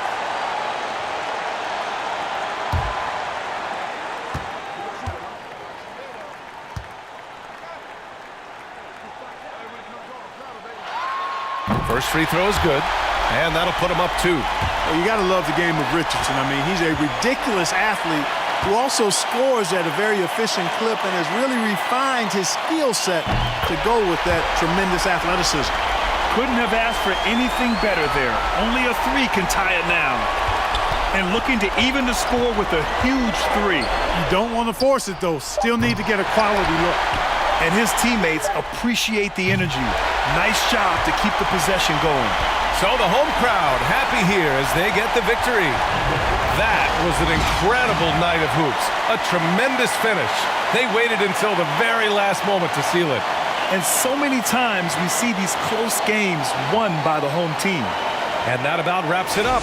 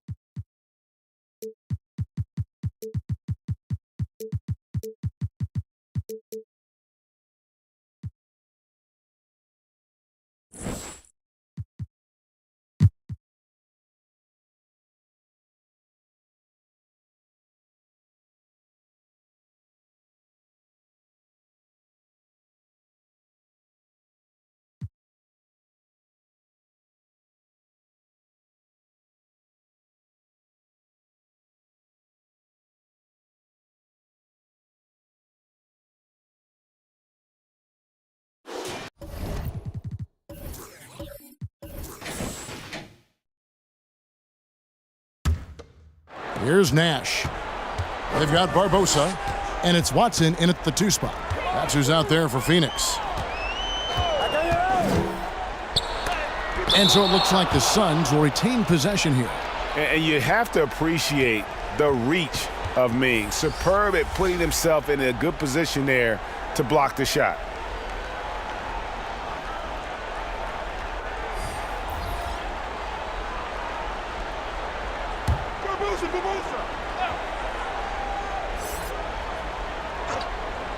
Here is Kleza.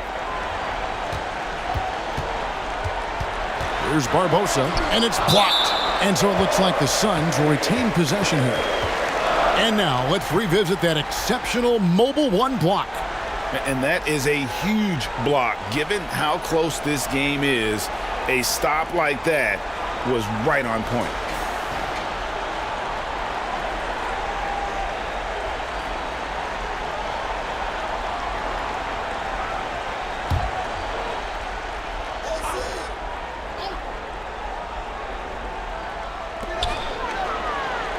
Fires from 14. Now with the ball. Pass to Alston.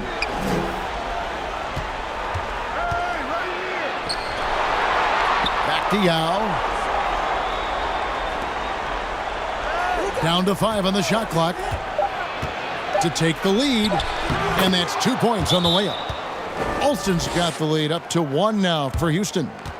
And challenging the bigger defender coming through in the biggest moment. Yeah, this is a big-time moment, and so him stepping up his intensity, staying in attack mode, that's nice. Timeout called, the Suns.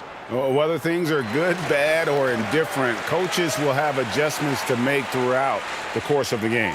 Yeah, not just there to pump up or to discipline players. You got to make sure that the coach makes the proper adjustments and has his team in the right mindset to carry it out. All right, let's catch up with our sideline reporter, David Aldridge. Guys, during that last break, I listened to the Suns coach address his team.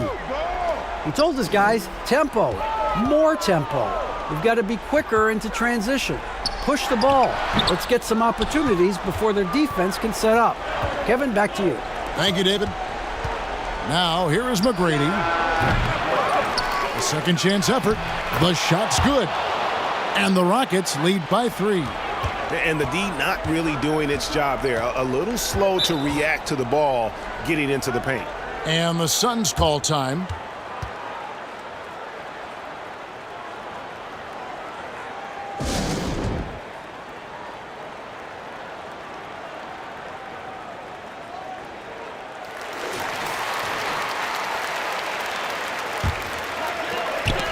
Ball's knocked loose. Oh, and a fast break for the Rockets. Here's Alston. Stoudemire grabs the miss. Stoudemire's got rebound number 10 tonight with that last one. Kleza misses. Rockets leading by 3. And there's the pass to McGrady. Good for his 6th make and a dozen attempts, shooting 50% with that basket. Like the size McGrady has inside. Fantastic at kind of angling his body there for the interior shot. Stoudemire kicks to Watson. Phoenix, no good that time either. And for Houston, they're shooting 47%, pretty solid. Here's Scola. Rebound by the Suns. Diaw with it, picked up by Battier. Diaw, the pass to Watson. Here's Stoudemire. And Stoudemire getting double teamed. 6 on the shot clock.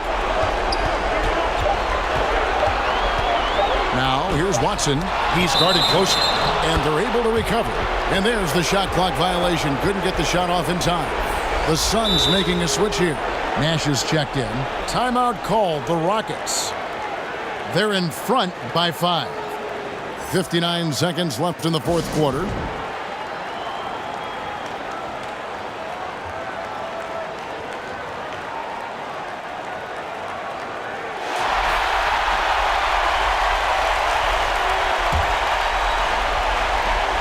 .59 seconds left in the 4th quarter.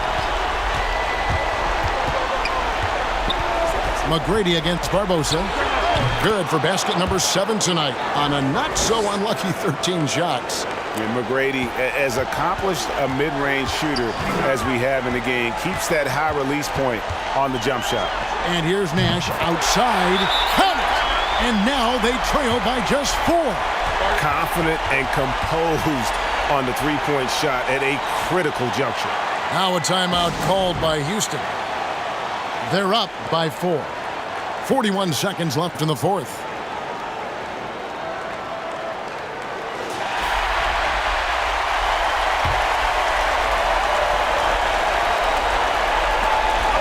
Seconds left in the fourth quarter of this one. McGrady passes to Scola. Fires from the wing. A shot by McGrady, no good. He loved to make them pay for giving up that wide-open jumper, just unable to do so.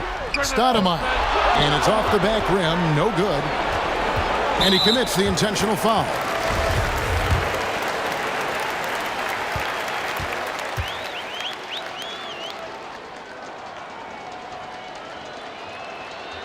He drops the first one, and that puts them up by 5.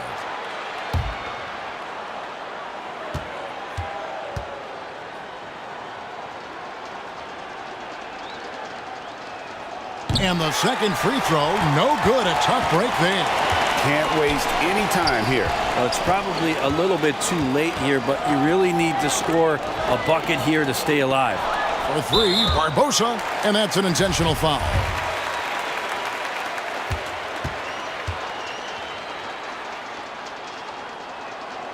And that hurts as he doesn't get the first one to fall. Trying to focus now on the second.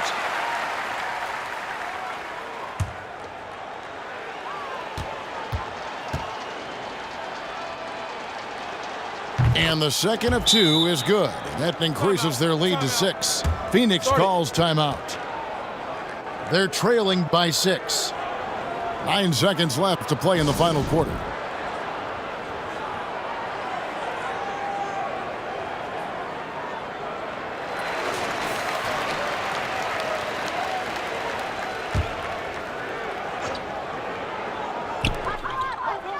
A 3 off the inbound. Oh, he got hacked on the three-pointer. He'll head to the line. Yeah, good job trying to get a hand in the face, but you've got to be more careful. So the first of 3 is good, and that brings them within 5.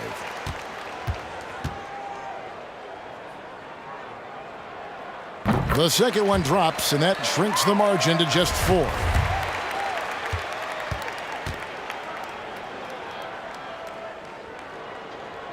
And so he's good on all 3 free throws, and that narrows the lead down to just 3. Now a timeout called by Houston. They're up by 3. 7 seconds left in the fourth quarter.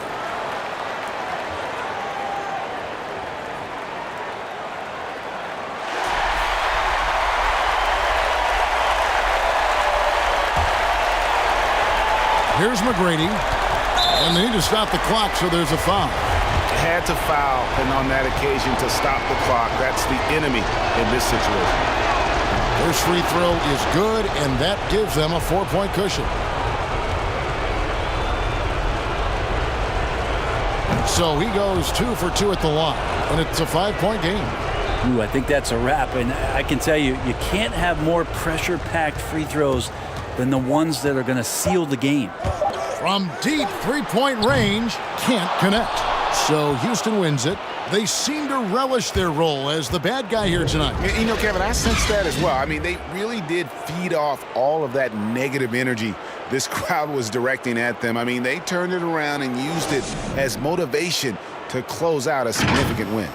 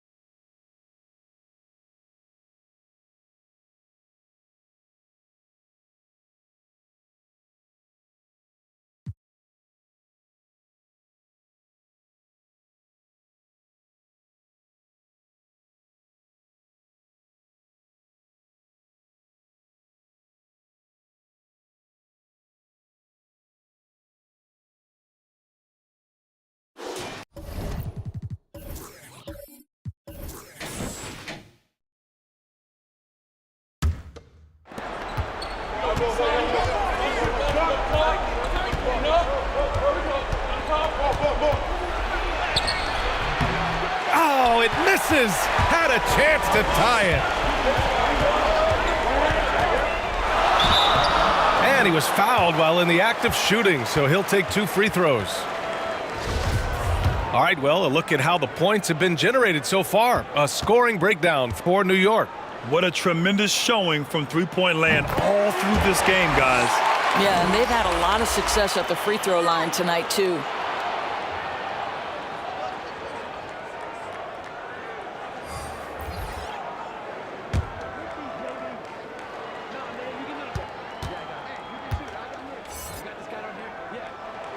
Both good from the line that time. You can tell when he steps to the line the kind of confidence he has in himself. It's written all over his body language. So for the Raptors right now. And Toronto calls time here. You could really see his squad was losing steam. Smart timeout to give them a breather.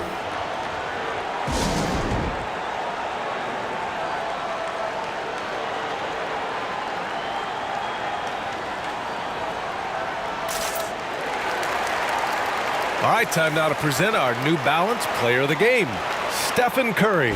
With the way he shot the ball, he had to be the choice. His percentage was fantastic, and he's just done a great job of finding space and taking advantage of every inch the defense gives him. A chance here to catch up with Allie from the sideline. Thanks, guys. Toronto's head coach had some words for his team over the break. He encouraged them to get out in transition. He said, quote, that team can be tough to score on when they set up in the half court. Let's push the ball at every opportunity. Back to you. As always, Allie, we thank you. Well, this is the kind of player he is. The tougher the moment, the more he elevates his game. Now a timeout called by New York. Adjustments are a part of every game and every quarter of a game. I think Coach sees something here. Well, this is a chess match. Looking ahead a few moves and trying to execute toward that.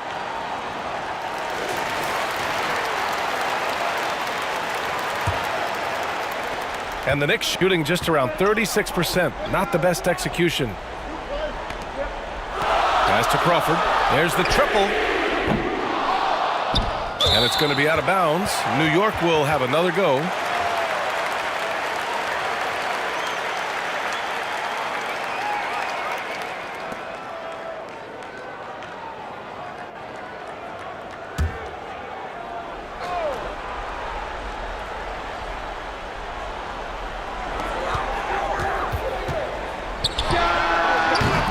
Buries that one. Back rim and in.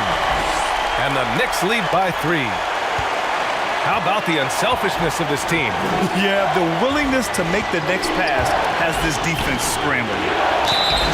So it'll be 2 free throws. He was fouled in the act of shooting. Yeah, and you never want to let shots at the rim go uncontested.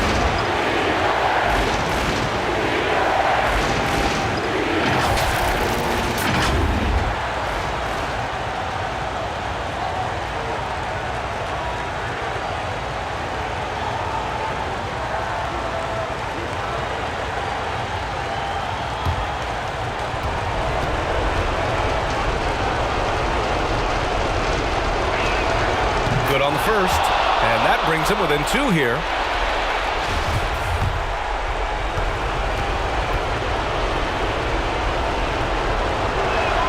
And that's good as he hits both shots. 1:49 left in the fourth quarter. Here's Crawford, and the foul is called. He missed it, so he's got a couple of free throws coming his way.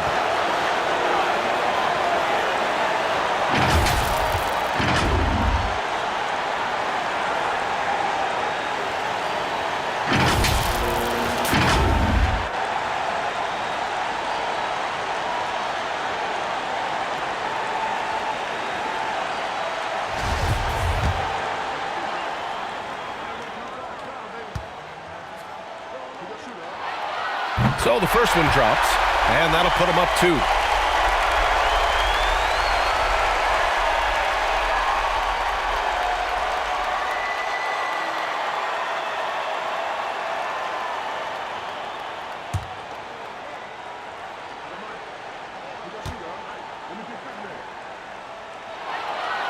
And And so both free throws good. And it's a three-point game. You know, he doesn't let that opportunity slip by. Buries some big shots at the line. Toronto shooting around 30% since the fourth quarter got underway. Down low. Here's O'Neal. Up and in on the layup. O'Neal's got 13 points here in the second half alone. Just nice ball movement there to create that shot. Calderon with the dime. Here's Crawford. O'Neal pulls it in. O'Neal's got 8 rebounds in the game.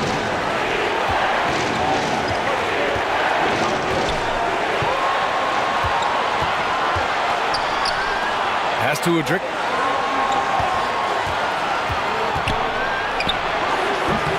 Oh, no good. Had a chance to take the lead. And for New York, they're shooting right below 40% here in the fourth. Here's Crawford. The shot misses. And it's Toronto taking it the other way. Here's Dorsey. There's 39 seconds left to play in the fourth. They'll probably slow things down now. Burn the clock while you have the lead. I like that. Crawford. Money from deep. And the stakes were high right there. What a bucket. I'll tell you, that changes things, doesn't it? Good job, young fella. What a game. And Toronto calls time here. They're trailing by 4. 27 seconds left to play in the fourth quarter.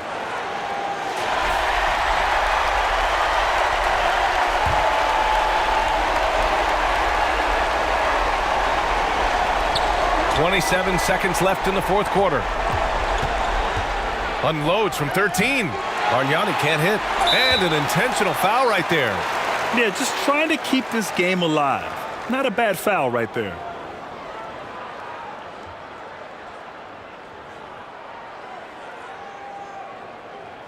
Shooting 2.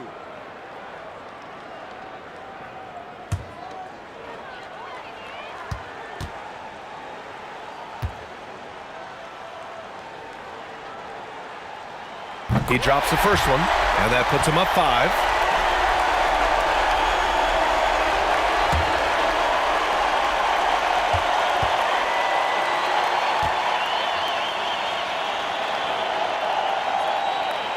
And so he drops them both, and it's a 6-point ball game. Well, just knocking them down from the charity stripe, extending the lead. Simple basketball. Here's Toronto with the ball. First clean look they have. I mean, they've got to take it. And they've got to be efficient with the clock. Quick score, quick foul. And now they decide to foul intentionally. He hits the first one, and that makes it a 7-point lead.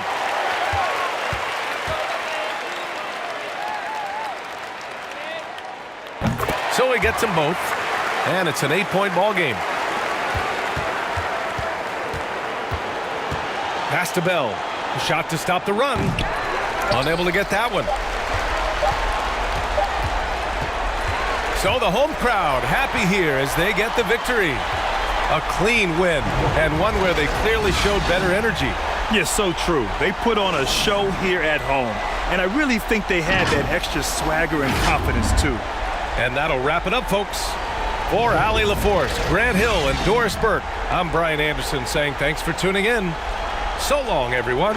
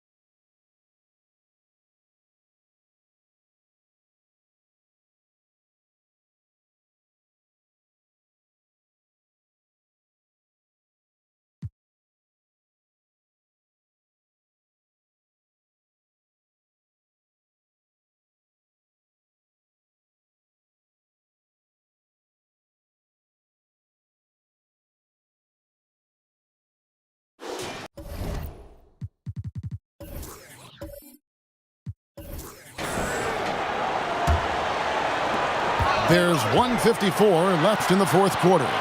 Hollins finds Williams. Now here's James. Over Boone. And it hung on the rim, but wouldn't fall for him. We've got Williams. He's out there with Daniel Gibson. Ryan Hollins is out there with LeBron James. And it's Stackhouse in at the 4. That's the 5 for Cleveland right now. And here is LeBron. Here's the floater. And it's good on the layup. James has got 6 here in this quarter. And, you know, we've come to expect this from LeBron James, guys. I mean, when his team needs a bucket, he rises to the occasion. And that one's good by Lopez. Lopez has got the lead back up to 6 now for the Nets. And what about the composure of Lopez? Fantastic. LeBron outside. Shot from 12. Good! And now they trail by just 4. Elevating his aggressiveness and level of play in moments like this. LeBron, as clutch as they come. Here's Arroyo. High post Lopez. Here's Arroyo. He's guarded by Williams. 5 on the clock. There's the drive. Shot's good by Arroyo. And that's an example of playing big, adapting to the situation. And sometimes that's the best policy when you're going up against a big guy. Take it to the 10. Right at him. Get to the rack. And James picks up the foul. And so he's picked up his final foul. And he will sit for the rest of this game.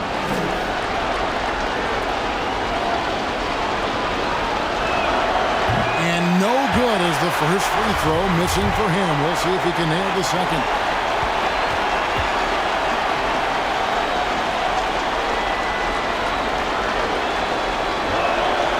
That's good, going 1 of 2 from the line, and that makes it a 7-point lead. And the Cavaliers call time here. They trail by 7. 26 seconds left to play here in the 4th.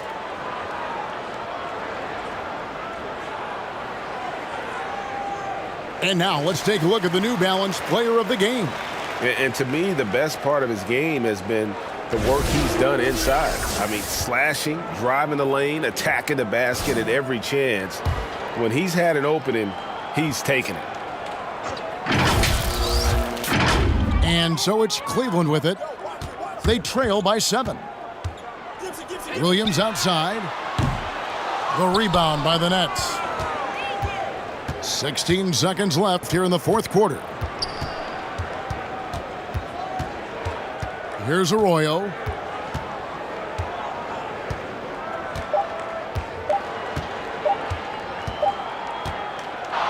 So it's the Nets picking up the win.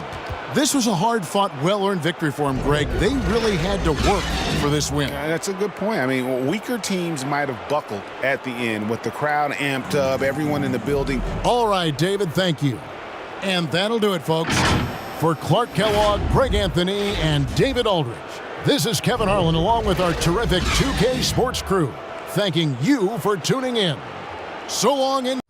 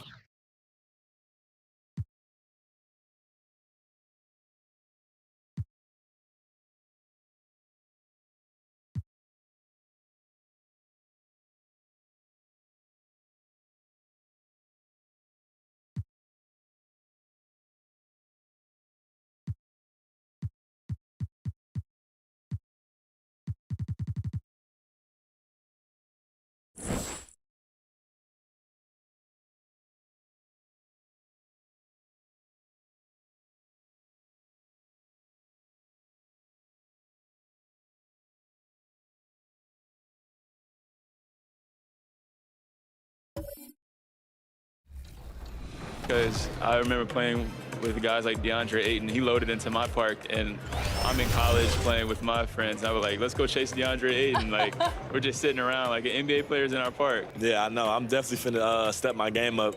Can't be losing with the logo over my head. I know I'm a people.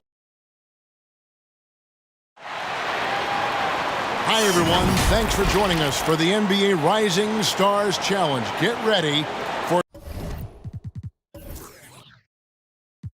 some thrilling end-to-end action as the best first and second-year players in the NBA do battle on the hardwood. Alongside Greg Anthony and Clark Kellogg, this is Kevin Harlan. And Kevin, you talked about some thrills being in store for us tonight. These young guys are all capable of making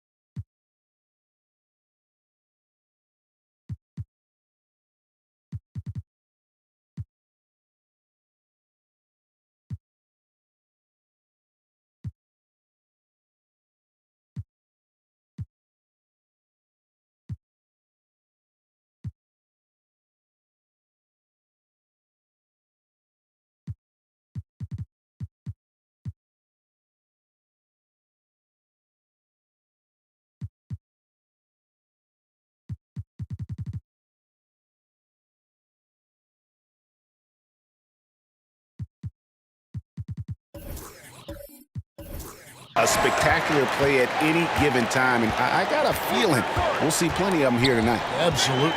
Well, without question. I mean, if this game has taught us anything.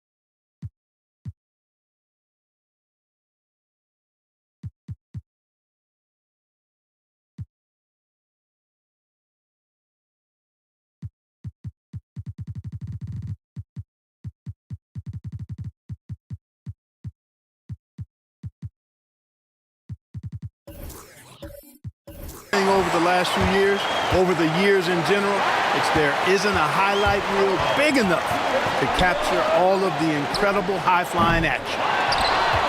And now the opening lineup for Team World. We've got Green. Beasley is out there with JaVale McGee. And it's Rose, and it's Mayo in at the 2 guard. And some players in the Rising Stars Challenge aren't especially well-known yet. But this young man is someone we've already become very familiar with. it has not taken him long to really establish himself in the league. I mean, he's been logging a ton of minutes. A primary scorer for his team. Griffin also has a knack for drawing fouls on the way up. First trip to the free throw line for him in this one.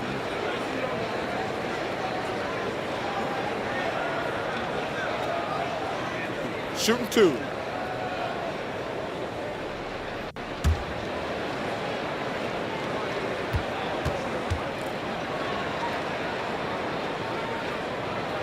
A free throw drops for Griffin. And guys, since this game started back in '94, this has been a perfect warm-up for the All-Star game. I mean, it has all the fun and excitement of the big game with the added element of introducing some of the great young stars to the league's fans. Blake Griffin hits them both. This really has become one of the signature events of All-Star Week. I know you love it, Greg. It gets everyone into the mood for all the festivities that are soon to come. Yeah, it does. I mean, it's such a great way for these young players to show off some of the fancy moves that they wouldn't even dare to attempt in a regular season game. Now here's Rose.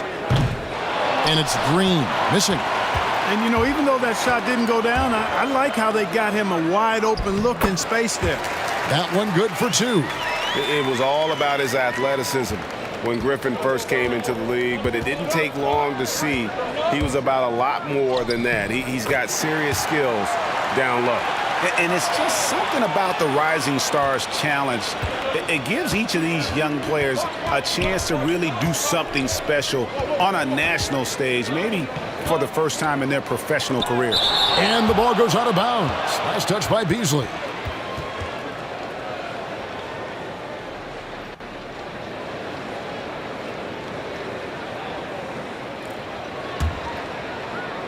Here's Curry.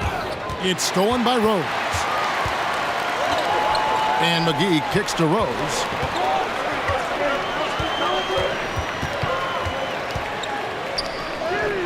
Yep, it counts. You brought the big stage these young guys around tonight. For so many of the fans, Greg, who are still, just getting familiar with these players, it really is a great welcome to the NBA moment. It really is a showcase. And for each player, whether they have great moments or not, just being chosen to participate is a huge honor. And it says a lot about where they stand amongst their peers. He's gone 2 for 2 at the line so far.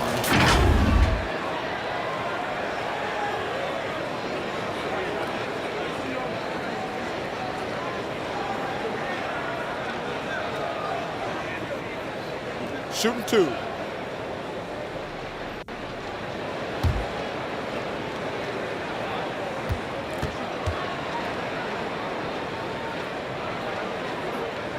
That's good from Blake Griffin. And we've got a collection of the greatest players in the world here. I mean, and playing in an event where they can really let it all hang out. And that's exactly why we always come away with such great memories. I mean, because they really do try to give the fans as many highlights as possible. And they are the best players in the world. Love's checked in for Beasley. And he can't hit the second. And Blake Griffin is just an incredible athlete, explosive and great balance and mobility, powerful. A big guy who can flat out throw it down, and he also can pass it too. Oh, great timing. He is one tough customer on that offensive glass. It's like he has a sixth sense of where that rebound is going. And that sixth sense, guys, might be better than just about anybody else's. Now here's Rose. After the miss from Stephen Curry. They get it again. Count that one. Boy, for a 7-footer, he's got really good bounce, does JaVale McGee, and doing a nice job working on the glass there. Harden the pass to Cotton. Kicks to Curry. And here's Harden for 3. USA with another miss. You know, right now they're just 1 for 5. Rough start so far. Rose gets the bucket. Rose has got his 3rd bucket of the night.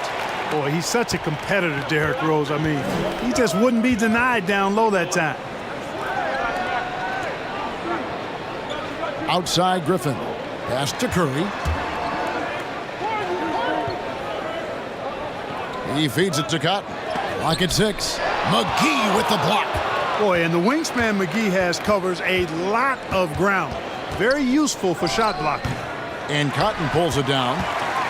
USA trails by 7. And on our sideline, our reporter, David Aldridge.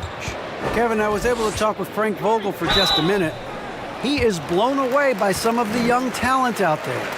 But he feels like some individuals aren't taking the game as seriously as they need to. He said it's not just about the Rising Stars game. It's about the game overall. Respecting your team's goals and making sure you're accountable every moment. Guys? Okay, David, thanks.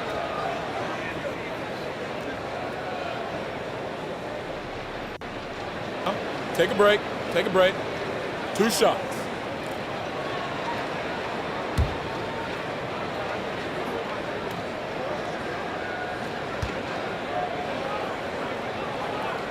And the first one drops. Of all the epic seasons James Harden has had, probably 2019, 18-19 might have been his best. The Beard was the second player in NBA history to average 30 points, 7 assists, 5 rebounds, and 2 steals per game. The other, some Jordan guy. Both shots good from the stripe. Just over 3.5 minutes gone here in the first. And here is Mayo. No points in the game yet. Oh, the power on that Pruden! And I'd have to say the decibel level just rose about 300% in here. Certainly sounds like it. I mean, there's nothing these fans love to see more than highlight reel dunks, and that one certainly qualifies. So timeout called here, the first for USA. And the lack of rim protection, top of the list. Yeah, you know, just look at the numbers, guys. I mean, they are being taken to the woodshed in the paint. Now here's Curry. Here's the teardrop. And he banks in the layup. You know, at close range, Curry has a plethora of shots. You simply can't allow him to get those looks. Here's Rose. It's hauled in by USA. You almost have to assume he's going to knock those down when he is that open. Oh, Griffin in position. You can't get that one. Yeah, and that was lining up to be a huge alley-oop, but they just couldn't quite connect. And, you know, guys, always a tough catch on the lob. Placement and timing have to be close to perfect. DeRozan, the shot from the low post is good. You know, the athleticism is obvious when you look at DeRozan's game, but he also has tremendous strength, and wasn't much the defender could do there. Now here's Rose. He's got 8. And here's Mayo from beyond the arc. Hands it from downtown. He's somebody that's really comfortable carrying the offensive load. Passes it to Griffin. Over Love. And Griffin with the score. The assist by Curry. Griffin's got 7. Yeah, he's become very reliable with that mid-range jump shot. The defense can't let him get comfortable from there. Outside, Green. With the drive. The layup off target. Well, I'll tell you what, he's going to buy himself a ticket to the bench. If he keeps shooting it like that, he has been putrid here this quarter. Stolen by Harden. And the pass to Griffin. It's deflected, and he's able to get it back. Still, Griffin has insane hops. Close in, can sky over others, helps him to draw fouls. And this is his 3rd trip to the line tonight.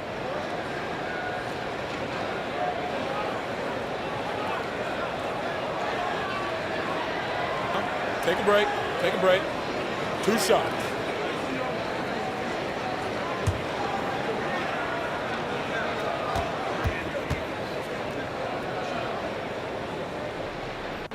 That's good from Blake Griffin.